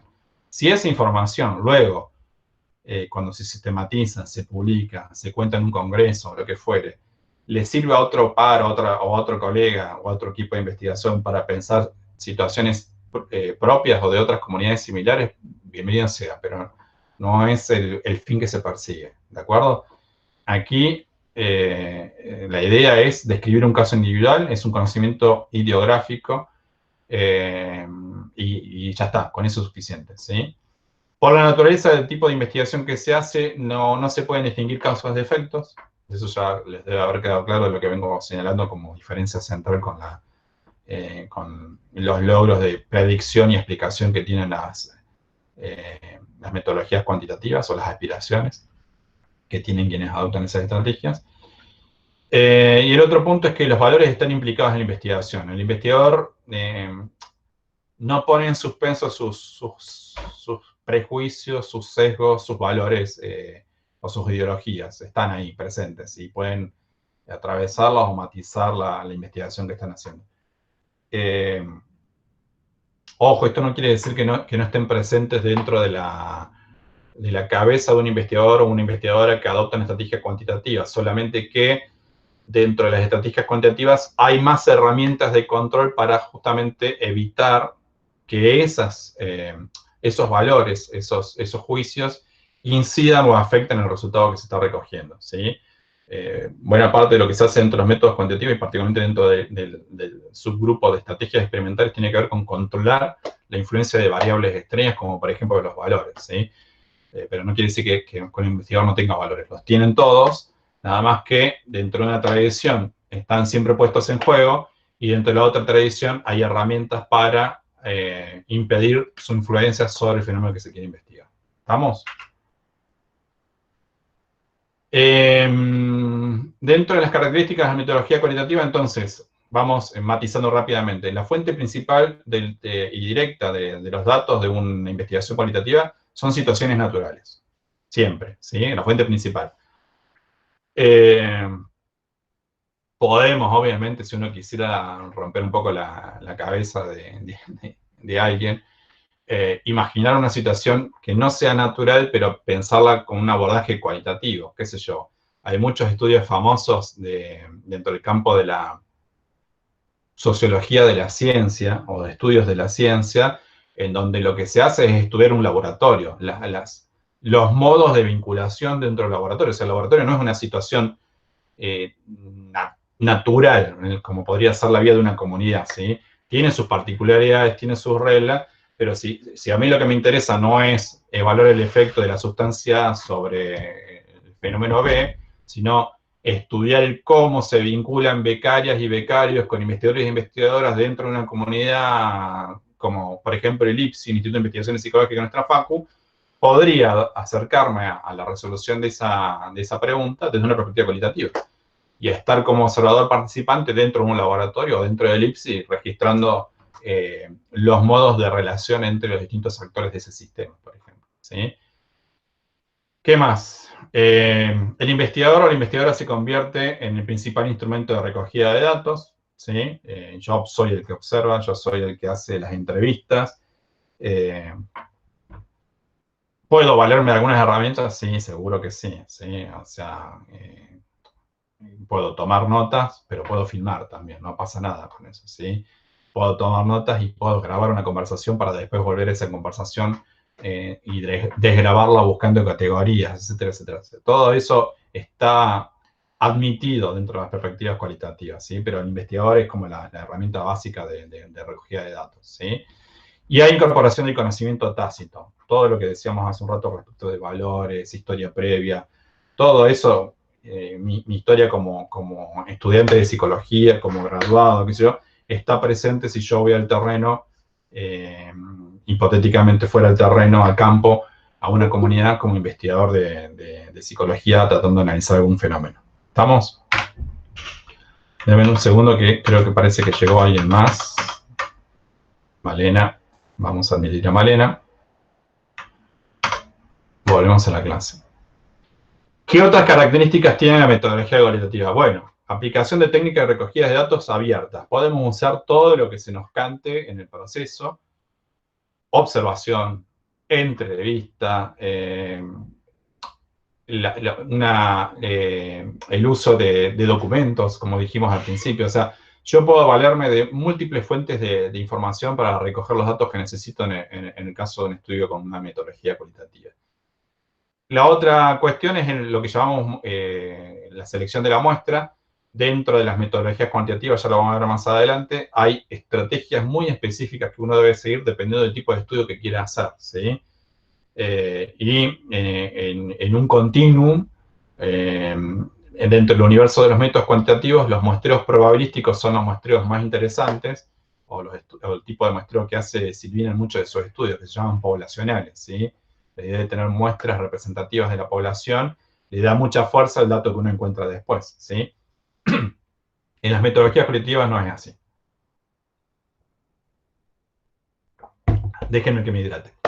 En métodos cualitativos hablamos de muestreo intencional. Yo elijo una comunidad por afinidad, por cercanía, porque tiene el fenómeno que a mí me interesa, porque me vinieron a buscar. Me identificaron como un investigador destacado del campo de la psicología social o del campo comunitario y quieren trabajar conmigo. Voy a esa comunidad y me vinculo con esa comunidad. No pasa nada, ¿sí?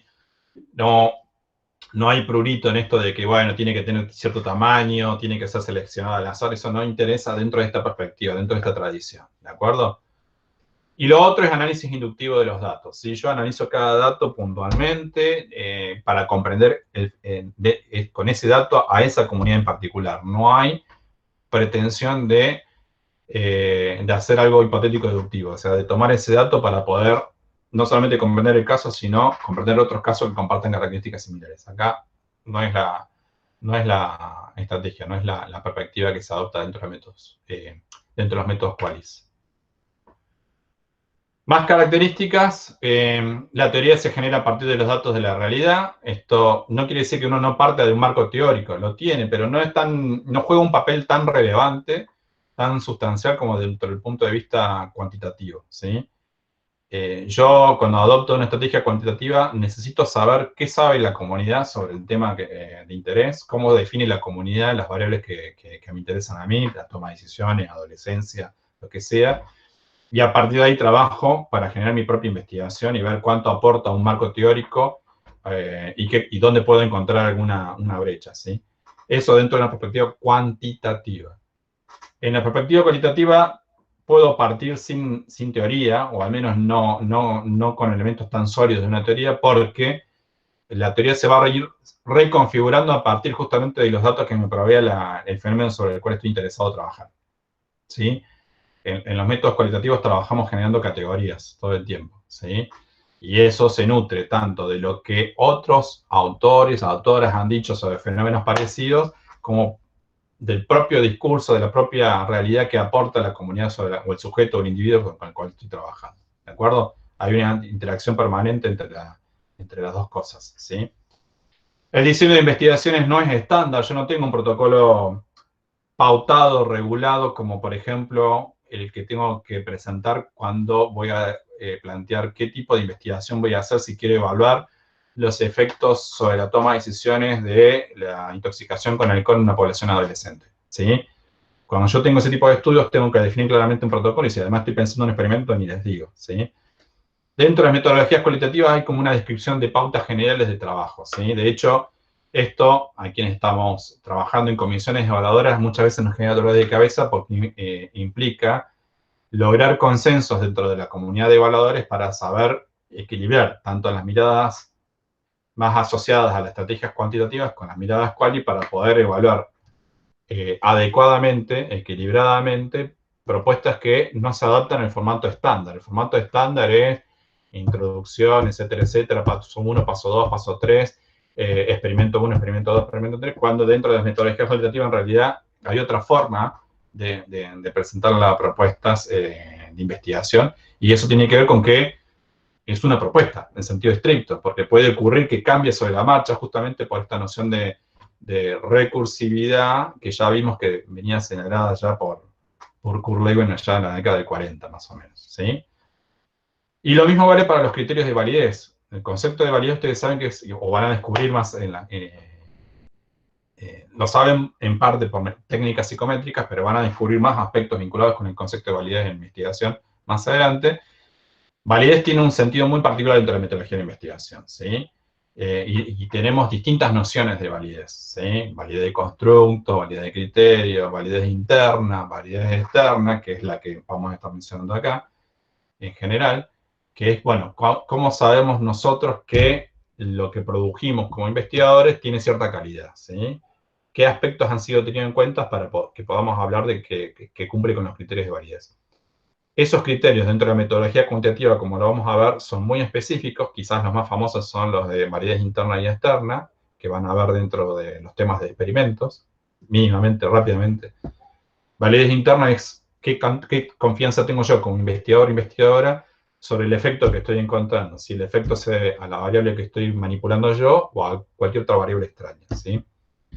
Y validez externa dentro de las metodologías cuantitativas y dentro del universo de los diseños experimentales tiene que ver con cuánto puedo generalizar yo ese resultado que generé dentro de un laboratorio con condiciones muy particulares de control, ¿sí?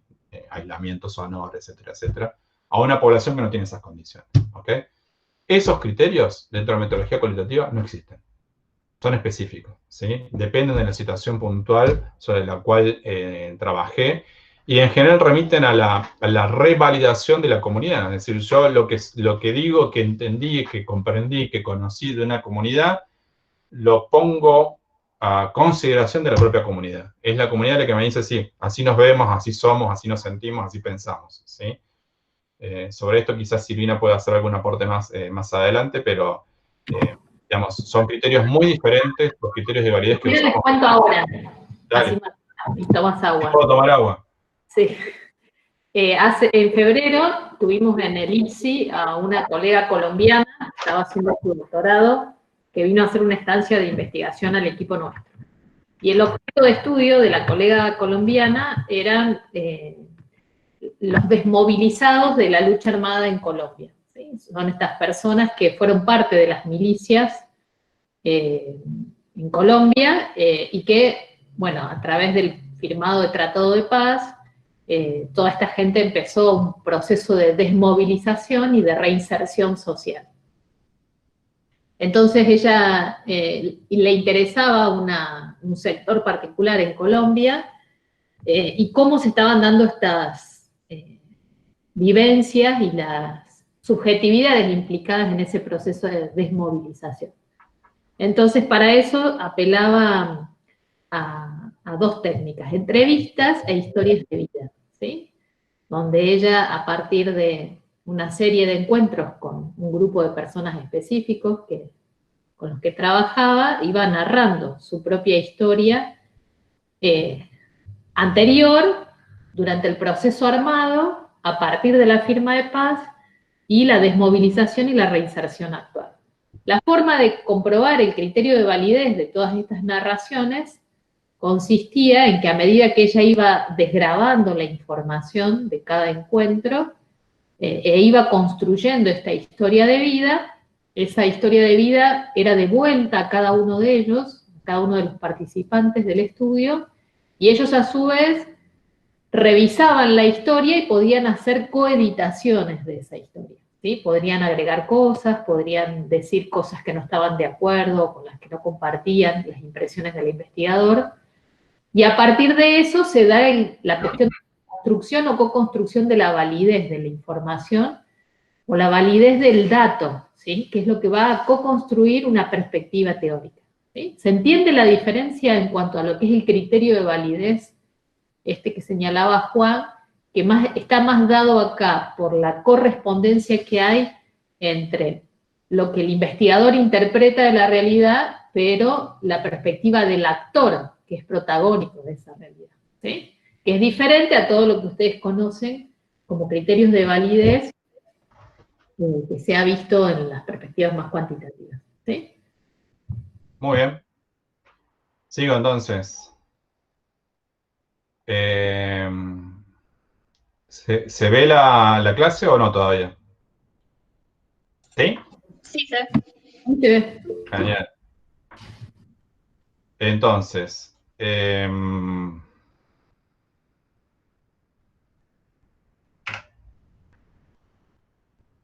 dentro de las exigencias metodológicas para esta tradición, entonces, gente, vamos a hablar de representatividad. Podemos hablar de representatividad, de relevancia y plausibilidad de los datos. Algunos conceptos suenan similar a los de la tradición Quanti, pero tienen un sentido diferente, ¿sí? Representatividad dentro de la tradición cuantitativa tiene que ver, por ejemplo, con el tema de cómo hicimos las muestras. Una muestra probabilística tiene más representatividad que una muestra accidental, etcétera, etcétera. Aquí eso no tiene ese sentido, ¿sí? Uno habla de otra forma o tiene otra concepción al respecto, ¿sí? Igual que lo de plausibilidad, ¿sí? En la otra tradición uno hablaría de confiabilidad de los datos y tendría cierta confianza en los datos a partir del tipo de diseño que usó y del tipo de análisis estadístico que usó y las pruebas que puso en juego, ¿sí? Acá no se habla de eso, se habla de plausibilidad porque tiene que ver un poco con este interjuego que mencionaba Silvina cuando les daba el ejemplo de la colega colombiana, esta cuestión de yo como investigador genero estos datos, pero esos datos tienen que también ser sometidos a la validación por parte de los actores que proveyeron esos datos, ¿sí? Eso va en la línea de la plausibilidad, qué confianza tengo yo en esos datos, qué tanto explican o avanzan, no quiero usar términos que correspondan más claramente a la otra tradición, ayudan a avanzar en la comprensión del fenómeno que estamos estudiando, ¿sí? En ese sentido, dentro de las tradiciones quali, se habla de validez semántica de los datos, ¿sí? Distinto de los tipos de validez que vimos o que van a ver más adelante. Se habla de triangulación, es decir, de poder reunir evidencia a partir de distintos tipos de herramientas metodológicas. Déjenme ver quién está queriendo entrar a la clase.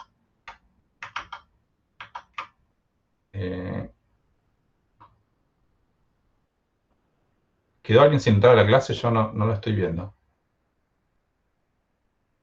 Pareciera que no. Bueno.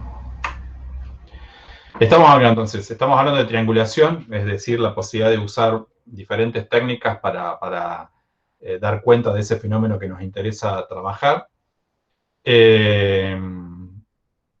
Otra cosa que también caracteriza un poco a esta tradición es que yo como investigador o investigadora describo todo el proceso que seguí para obtener y analizar esa información. Esto es muy diferente del tipo de escritura, de redacción o de informe que vamos a encontrar en la tradición cuantitativa, ¿sí?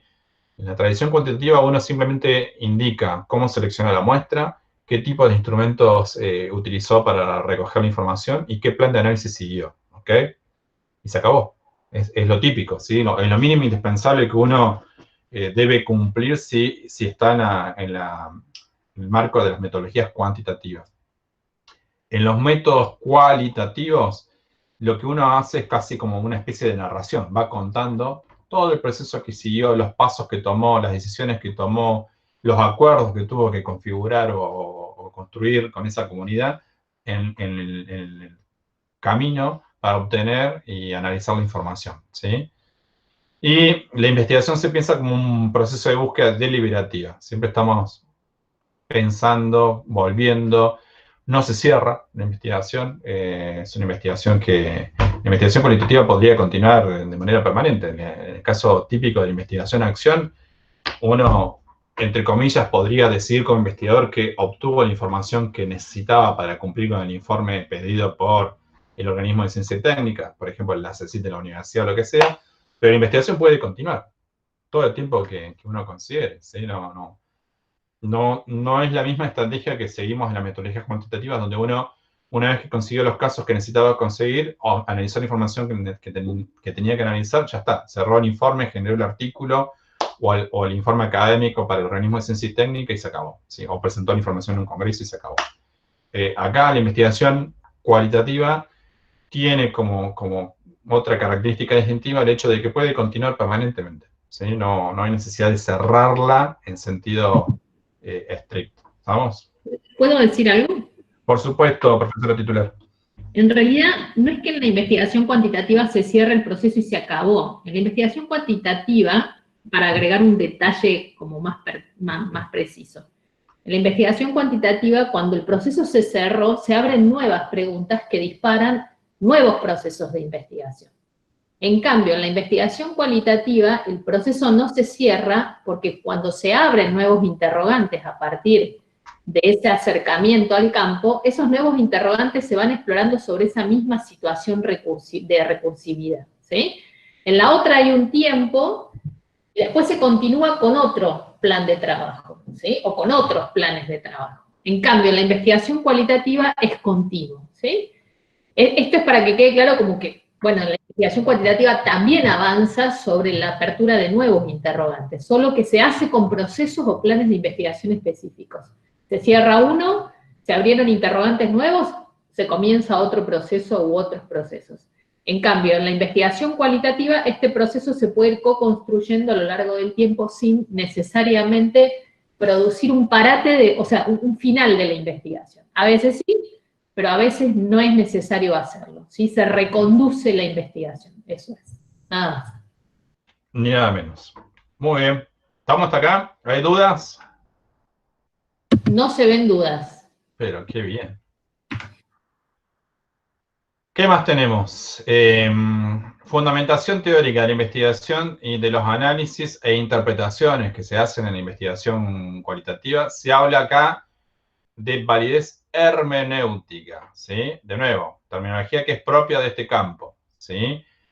La idea es justamente ver cuáles son los puntos de relación entre las interpretaciones que yo genero, los análisis que yo genero a partir de lo que me provee esa realidad, el discurso de esa gente, los comportamientos de esa gente, de esa comunidad, y las teorías a las que sí, efectivamente, en algún momento tengo que ir, tengo que ver qué dicen las teorías, ¿sí?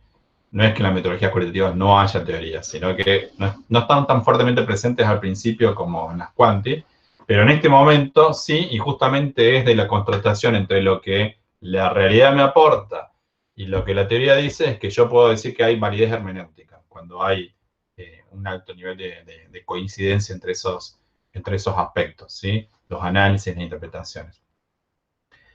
Y este es el otro punto que creo que queda graficado en el ejemplo que les describió Sil respecto del trabajo de la colega colombiana, ¿sí? La dinámica relacional de la investigación también tiene que ver con este otro concepto que es el de validez pragmática, ¿sí? Se informa a los participantes de los objetivos del estudio, se consideran las audiencias a las que se debe acudir y se vuelve a esas audiencias, a esos participantes después también, para que de alguna forma validen lo que se produjo, lo que se dice de ellos, lo que se cuenta de ellos. ¿Estamos? Son conceptos específicos de validez que, matizan distintos aspectos de la investigación cualitativa. La validez semántica, la validez hermenéutica, la validez pragmática, ¿sí? No son aspectos que vamos a encontrar dentro de la tradición cuantitativa. ¿De acuerdo? Esto es importante que lo tengan presente porque son diferencias interesantes que existen entre cómo cada investigador o investigadora dentro de cada una de estas tradiciones puede en algún momento afirmar que el dato que produjo, el resultado que obtuvo, tiene cierto valor.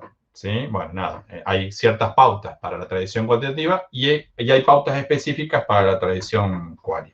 ¿Estamos hasta acá? Bien, avancemos en relación a qué podemos hacer en función de qué tipo de cosas tenemos dentro de las metodologías cualitativas. ¿Sí? Por ejemplo, si la fuente de datos va a ser simplemente la observación directa, hay dos herramientas a las cuales pueden apelar ustedes como investigadoras, investigadores, ¿sí? Una es la observación participante, pues ustedes como investigadores e investigadoras están metidas dentro del fenómeno que les interesa, y otra es una herramienta que está dentro de la historia de nuestra disciplina desde que se configuró la psicología, que es la autoobservación, ¿sí? Yo, Juan Godoy, puedo autoobservarme y ir registrando eso de alguna forma que sea de interés, ¿sí? En el siguiente nivel tenemos la conducta verbal transformable en material documental, ¿sí? De acá podemos apelar a las entrevistas en profundidad y a las discusiones de grupo, ¿sí? A los grupos focales, perdón. Se está muriendo este teléfono. Entonces, son herramientas muy elementales, con algunas de ellas probablemente ustedes ya estén familiarizadas o familiarizados, con otras tal vez les cueste un poco más todavía, pero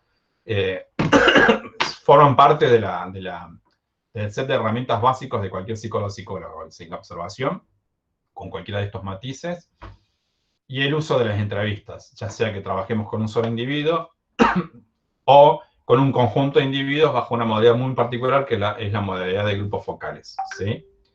Y lo otro que se puede hacer es trabajar, como decíamos al inicio de la clase, con material documental, ¿sí?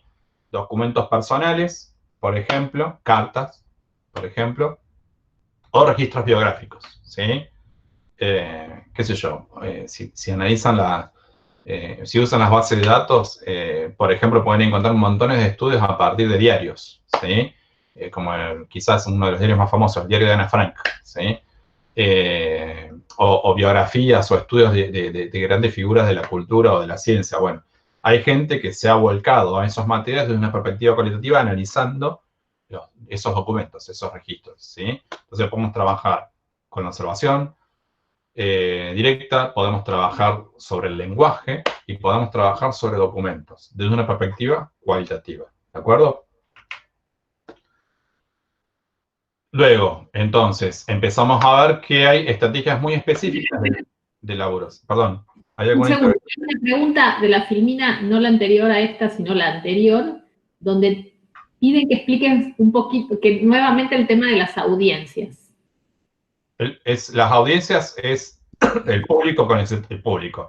La gente con la que se está trabajando, los participantes con los que se está trabajando, ¿sí? Eso en ese sentido tenemos que estar hablando, ¿no? No es una audiencia de lectora, ¿sí? O sea, no es tanto pensar en quién va a leer este informe, ¿de acuerdo? Es simplemente una validación por parte de los actores o agentes implicados en la investigación, que me incluyen a mí como investigador e investigadora y obviamente a los individuos, a las personas de esa comunidad. ¿Estamos? ¿Se entendió? No sé. Sí. Yo no estoy viendo el chat, pero si no, volvemos.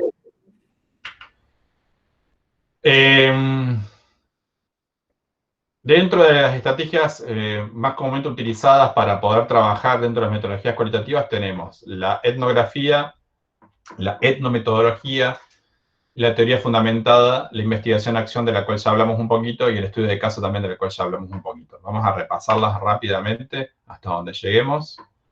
Creo que son todavía 11:26. Bien, estamos bien. Vamos con la etnografía. ¿De qué se ocupa un estudio etnográfico? se ocupa de cuestiones descriptivas, interpretativas, ideas, valores, prácticas de un individuo o de un conjunto de individuos.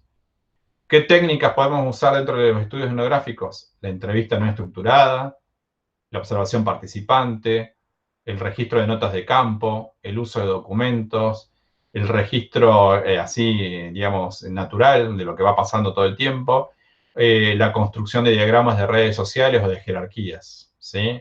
Que es bastante frecuente, por ejemplo, en estudios de redes o de, por ejemplo, de estrategias de intervención comunitaria, saber cómo se organiza una comunidad. ¿Qué características tiene este tipo de estudios? Entonces, la descripción o la reconstrucción analítica de carácter interpretativo de esa cultura, de esa forma de vida o de la estructura de un grupo particular, ¿sí? Las características esenciales de este tipo de trabajo ya fueron sentadas por esos primeros antropólogos que discutíamos al principio de la clase. Bueno, no ha cambiado mucho más el estudio etnográfico, ¿sí? Básicamente se trata de este tipo de herramientas con este tipo de características y apuntando a esto, a tratar de ver qué pasa en una comunidad en torno a qué valores tienen, cuáles son sus prácticas culturales, sus usos, sus costumbres, qué ideas son las que prevalecen dentro de ese grupo, dentro de esa comunidad, ¿sí? Y la idea siempre es descripción, o interpretar un poco en esa situación y avanzar en la comprensión de ese fenómeno. ¿Estamos hasta acá? Una variante es la etnometodología, que en realidad a la metodología le interesa esto, ¿sí? Las prácticas o actividades cotidianas, pero que están centradas en la interacción verbal o el diálogo, ¿sí? Este pedacito de la red les interesa, ¿sí? A los otros les interesa un montón de cosas, ¿sí? Las ideas, los valores, los usos, las costumbres, las jerarquías, hasta, si fuese necesario, hasta el tipo de objetos que construyen, ¿sí? En esa comunidad. En la etnometodología lo que interesa es este pedacito de esa realidad. Las interacciones verbales, los diálogos que se dan entre los actores, agentes de esa comunidad. ¿Está? Para eso se valen del registro de conversaciones y de diálogos, de entrevistas, de la observación nuevamente y de tomar notas de campo, ¿sí? ¿Qué le interesa a la gente que trabaja desde una perspectiva etnometodológica? ¿Qué estrategias usamos las personas para construir y dar sentido a nuestras prácticas cotidianas? ¿Sí? ¿Ok? ¿Cómo con nuestro lenguaje organizamos nuestra realidad? ¿Sí? Es un pedacito muy específico de la vida de una comunidad, de un grupo o de un individuo. ¿Sí? Entonces, comparte algunos elementos con la estrategia previa, con la etnografía, pero se ocupa de una realidad muy puntual, que son todo lo que tenga que ver con interacciones verbales. Nada más que eso. ¿Estamos? Son estudios muy interesantes. Juan, ¿Quién gritó ahí? Fiore. Juan, soy Fiore. ¿Puedo hacerte un aporte? Sí, supongo. Dale. En la parte de etnografía hay un libro súper lindo de Philips Burgius que se llama Vendiendo Crack en Harlem. Está súper, súper lindo. Ahí él hace bien, utiliza el método etnográfico y la observación participante para ver las personas que se dedican al narcotráfico en un lugar como es Nueva York. Y bueno, cómo la sociedad patologiza todo ese contexto, ¿no? Bien. Después, en la etnometodología, me parece que es más bien el libro de Margaret Mead, ¿se dice? Que ella sí se pone como una observación participante, se introduce dentro de ese campo y va viendo las interacciones. Por ejemplo, de cuando se centra mucho en la parte de mujeres, que les llega la primera menarca, y bueno, todo eso lo que hacen, todos los ritos, como que la aíslan un tiempo, puede ser utilizado como etnometodología. Yo Margaret Mead la vi en mi anterior carrera, no me la acuerdo bien, pero me parece que utilizaba algo de eso. Y el libro de Philip Burgius está en la cátedra de Antropo, súper interesante. Bueno, Entonces, una cosa que podés hacer, Fiore, es en el chat compartir, si tenés a mano, la referencia al libro del estudio sobre crack.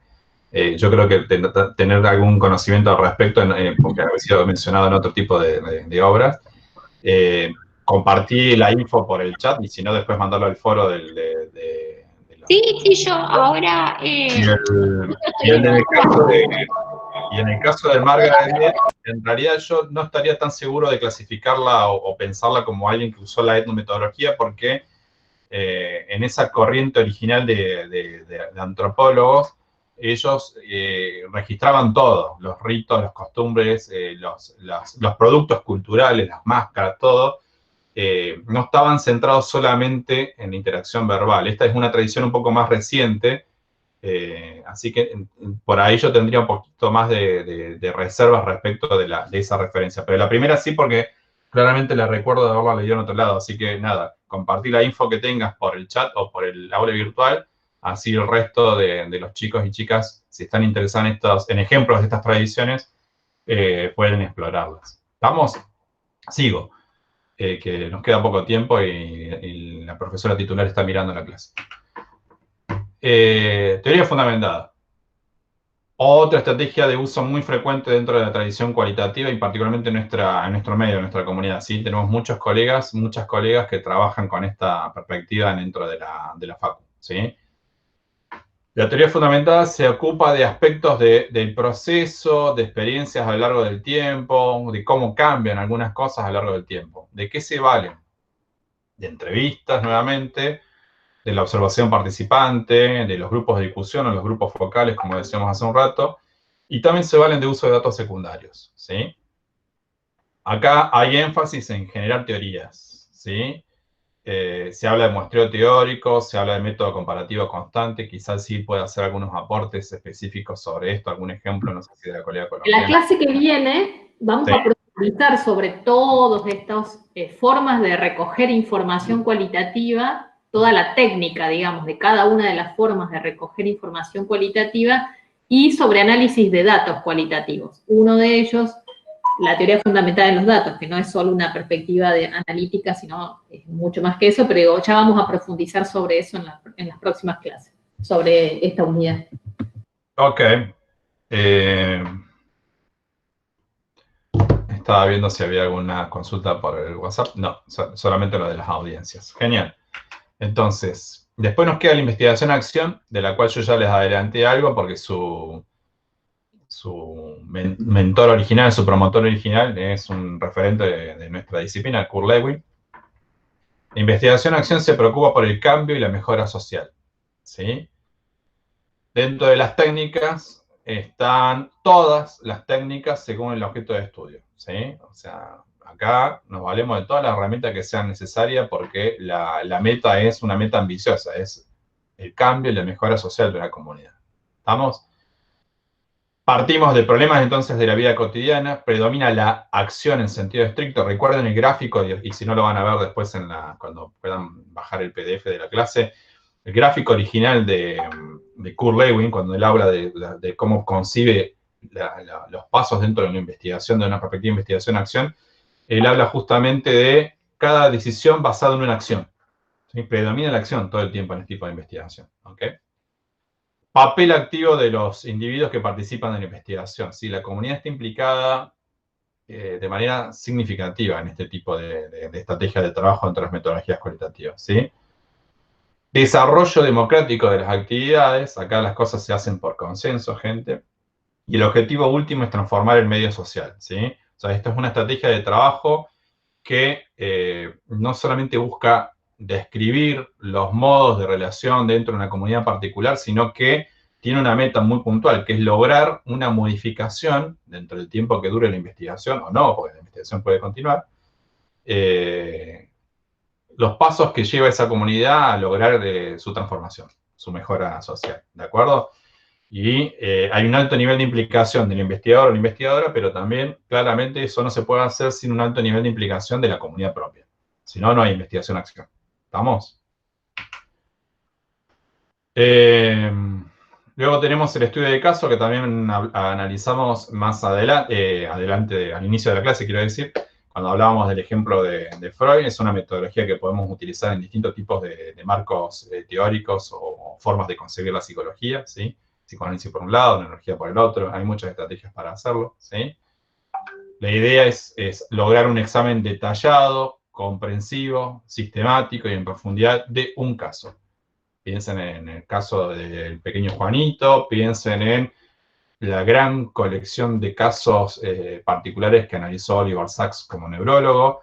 En neuropsicología, cuando cursen esa materia, probablemente todavía puedan discutir también la casuística de un gran neuropsicólogo que fue Alexander Luria, que también analizó casos en profundidad, ¿sí? O sea, es una herramienta muy interesante que admite su aplicación en distintos aspectos o ámbitos de la psicología y que se puede valer de esto, de entrevistas, de la observación participante, de documentos expresivos, de grupos de discusión, de narraciones de una persona.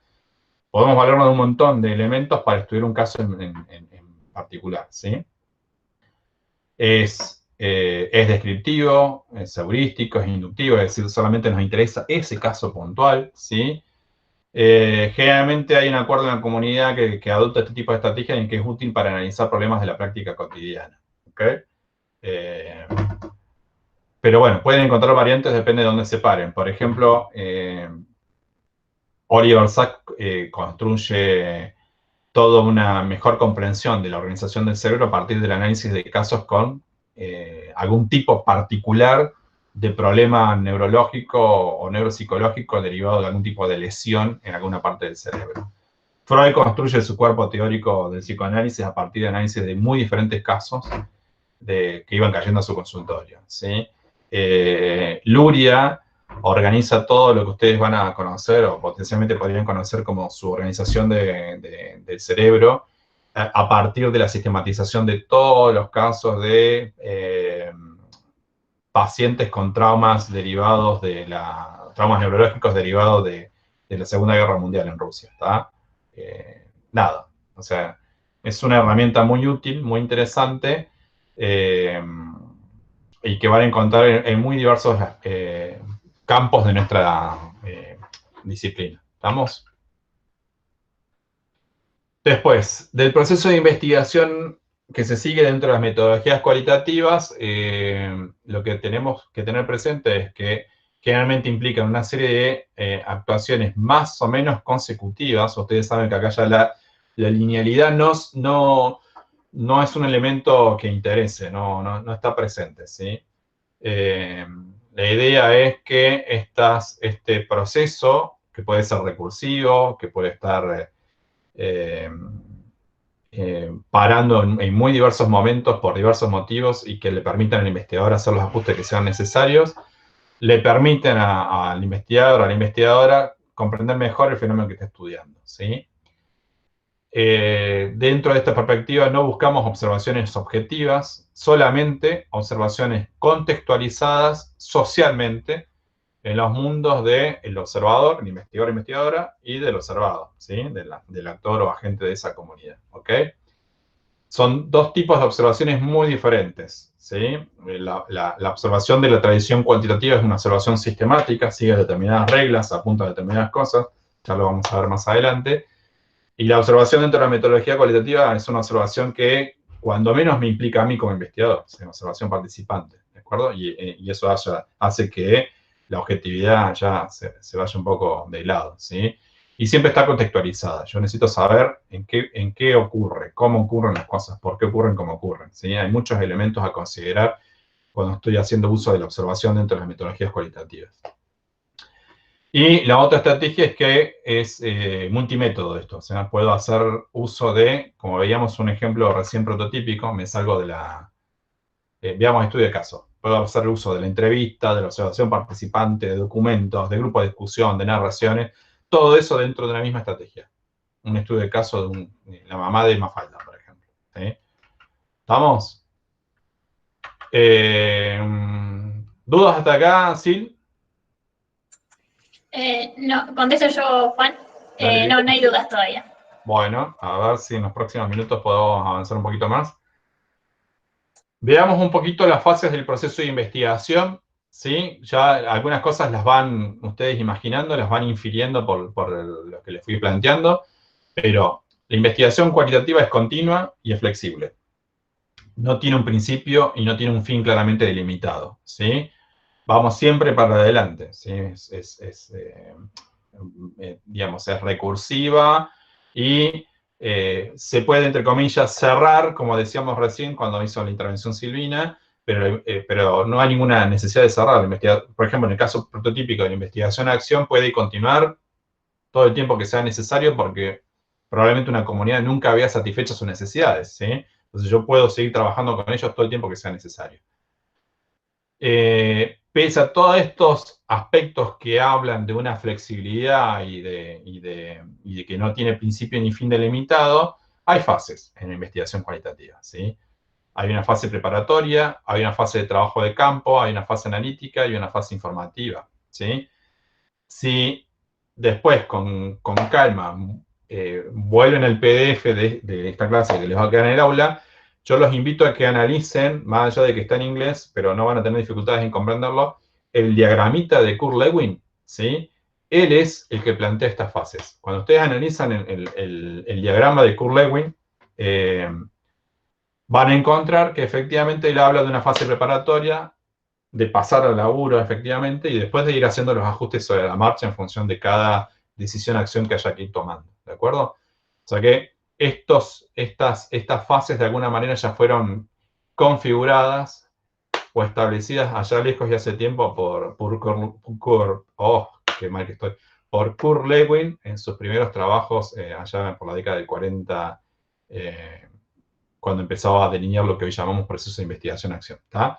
O sea que esa estrategia general que él delinea para su forma de hacer psicología de investigación-acción, más o menos matiza o atraviesa las fases de investigación cualitativa en general, independientemente de la herramienta que usemos, ¿sí? Entonces tenemos una fase preparatoria, la fase propiamente dicha de trabajo de campo, una fase analítica y una fase informativa y recurrencias en todo esto, ¿sí? No hay una secuencialidad. ¿Estamos? El trabajo de campo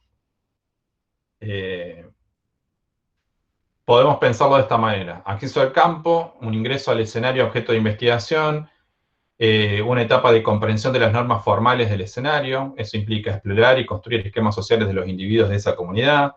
A veces implica hacer estudios piloto. Fundamental la identificación de informantes claves dentro de una comunidad. Esto es central para poder tener acceso a la comunidad de por sí y a distintos aspectos de esa comunidad que nos pueden interesar, ¿sí? No todos los informantes claves resuelven todos los problemas que me interesan. Dentro de una comunidad hay alguien que sabe sobre cómo se resuelve el tema de salud dentro de una comunidad.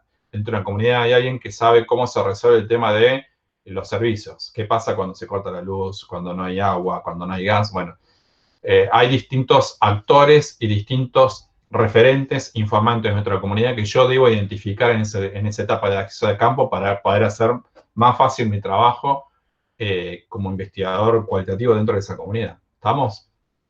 Y en lo que refiere a la recogida de datos, tengan en cuenta ustedes que siempre va a estar presente la perspectiva y el significado que los participantes les dan a las cosas, ¿sí?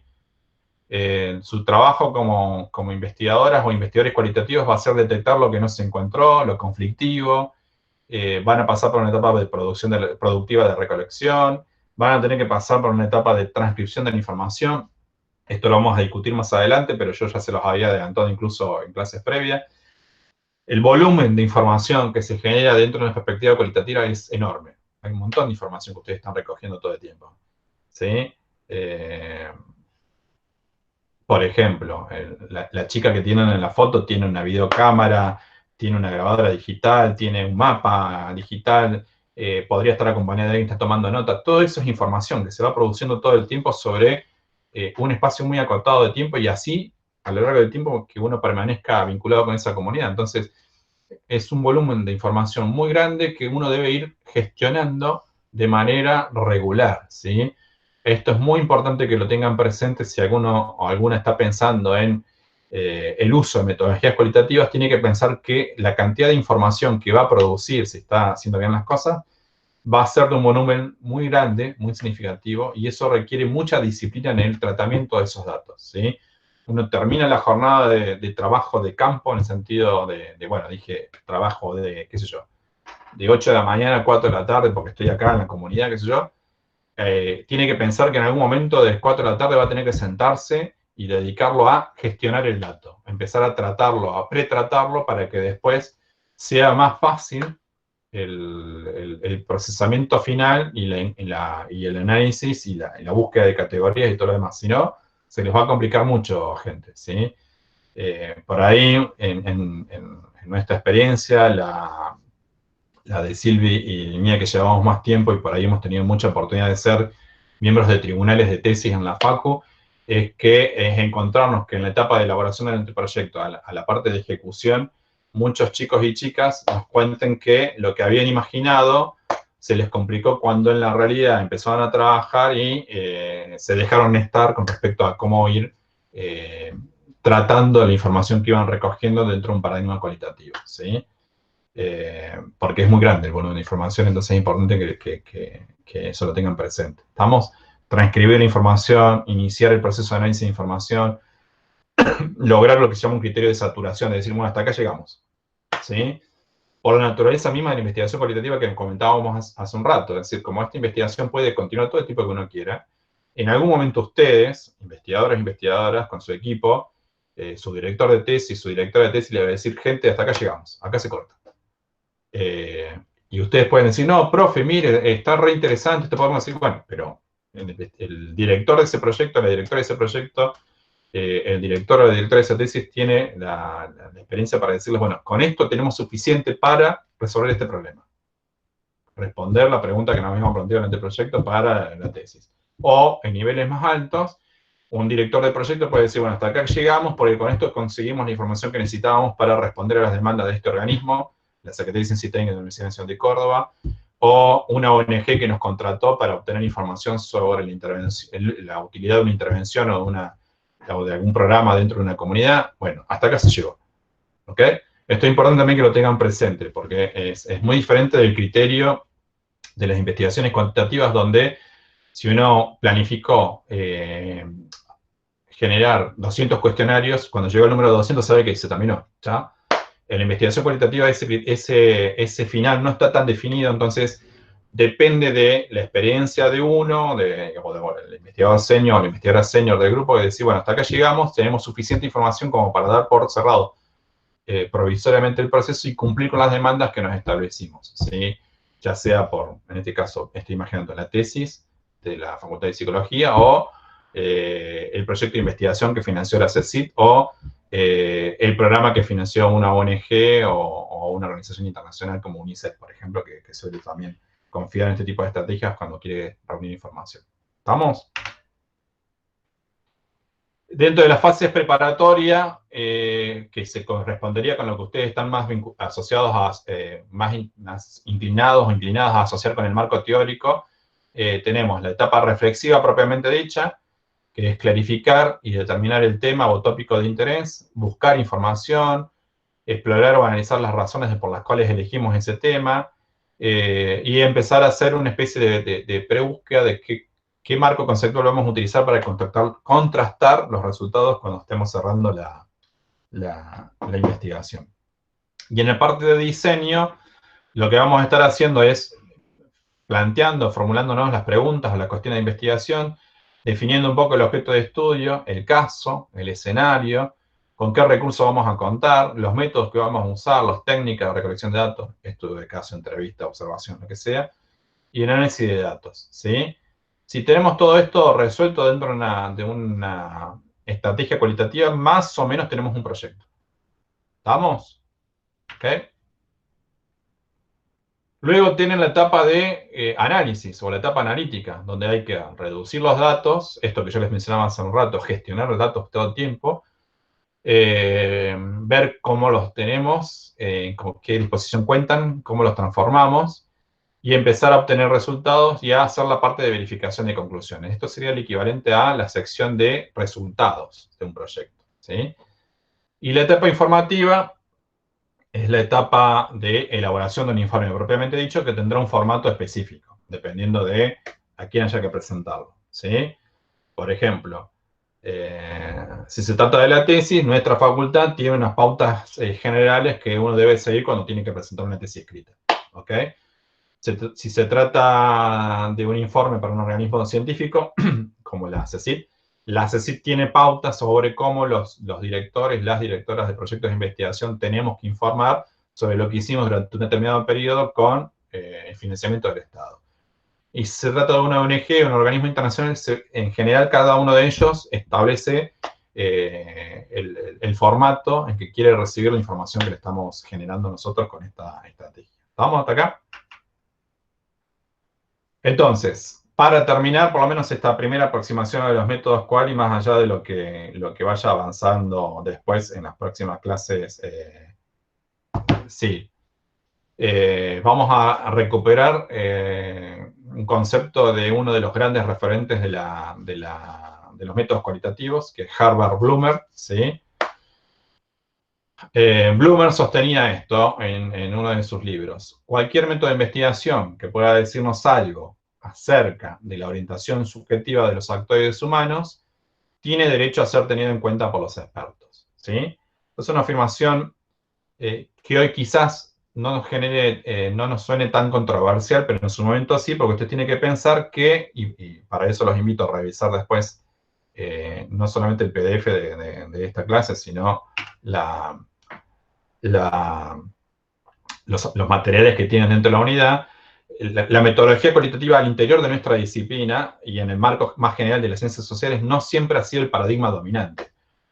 O no siempre ha sido considerado como con los mismos criterios de calidad o de rigurosidad que la perspectiva cuántica, ¿sí? Entonces, el momento en que hace esta afirmación Blumer es un momento de posicionamiento como para, dependiendo de quién lo lea, decisores de políticas públicas, por ejemplo, otros miembros de la academia, diciendo, bueno, gente, si nos interesa saber más sobre la orientación subjetiva de los actores humanos, tenemos que valorarnos todas las herramientas que tengamos a nuestra disposición, sean métodos cuantitativos o sean métodos cualitativos, o como decimos hoy en pleno siglo XXI, la combinación de las dos estrategias dentro de denominados métodos mixtos. ¿Estamos? Vicky, ¿hay consultas? Yo igual ahora salgo del... No tenemos consultas todavía. Bueno, la idea entonces, gente, era hacer una introducción a los métodos cualitativos, tanto hacer un pequeño recorrido por los orígenes históricos de estas herramientas tan valiosas para nosotros, a llegar a una pequeña descripción, un pequeño adelanto de las principales estrategias de investigación dentro de las metodologías cualitativas. ¿De acuerdo?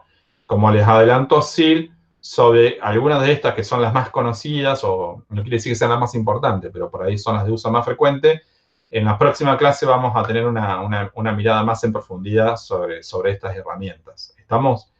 Y en algunos otros momentos va a haber contrastes, ¿sí? Por ejemplo, cuando veamos la observación, que probablemente me toque a mí, lo que vamos a hacer es justamente mostrarles las diferencias entre la observación dentro de la tradición cuantitativa y la observación y el uso de la observación participante dentro de la tradición cualitativa, que es la que acabamos de ver. ¿Está?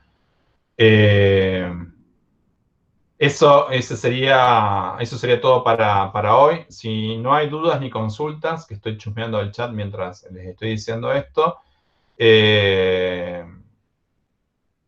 los y las invito entonces a revisar el PDF que vamos a subir dentro de un rato. La clase de hoy tengo que esperar que YouTube me la procese y me la mande cuando cerremos el Meet, pero se lo vamos a estar subiendo. Y las dudas que les hayan quedado o las que surjan a partir de la lectura del material, insisto con esto, hay mucho material dentro de esta unidad, por favor las adelantan por el aula virtual o en los comentarios del video cuando escuchen alguna cosa que les haya quedado dando vueltas. ¿Estamos? Cuídense, cuiden a otros, a otras. Nos estamos viendo la semana que viene. Muchas gracias por estar en la clase. Vicky, después nosotros seguimos, si hace falta, por el WhatsApp de la clase, de la cátedra. Y el resto, gente, cuídense mucho. Nada, nos estamos viendo. ¿Estamos? Suerte.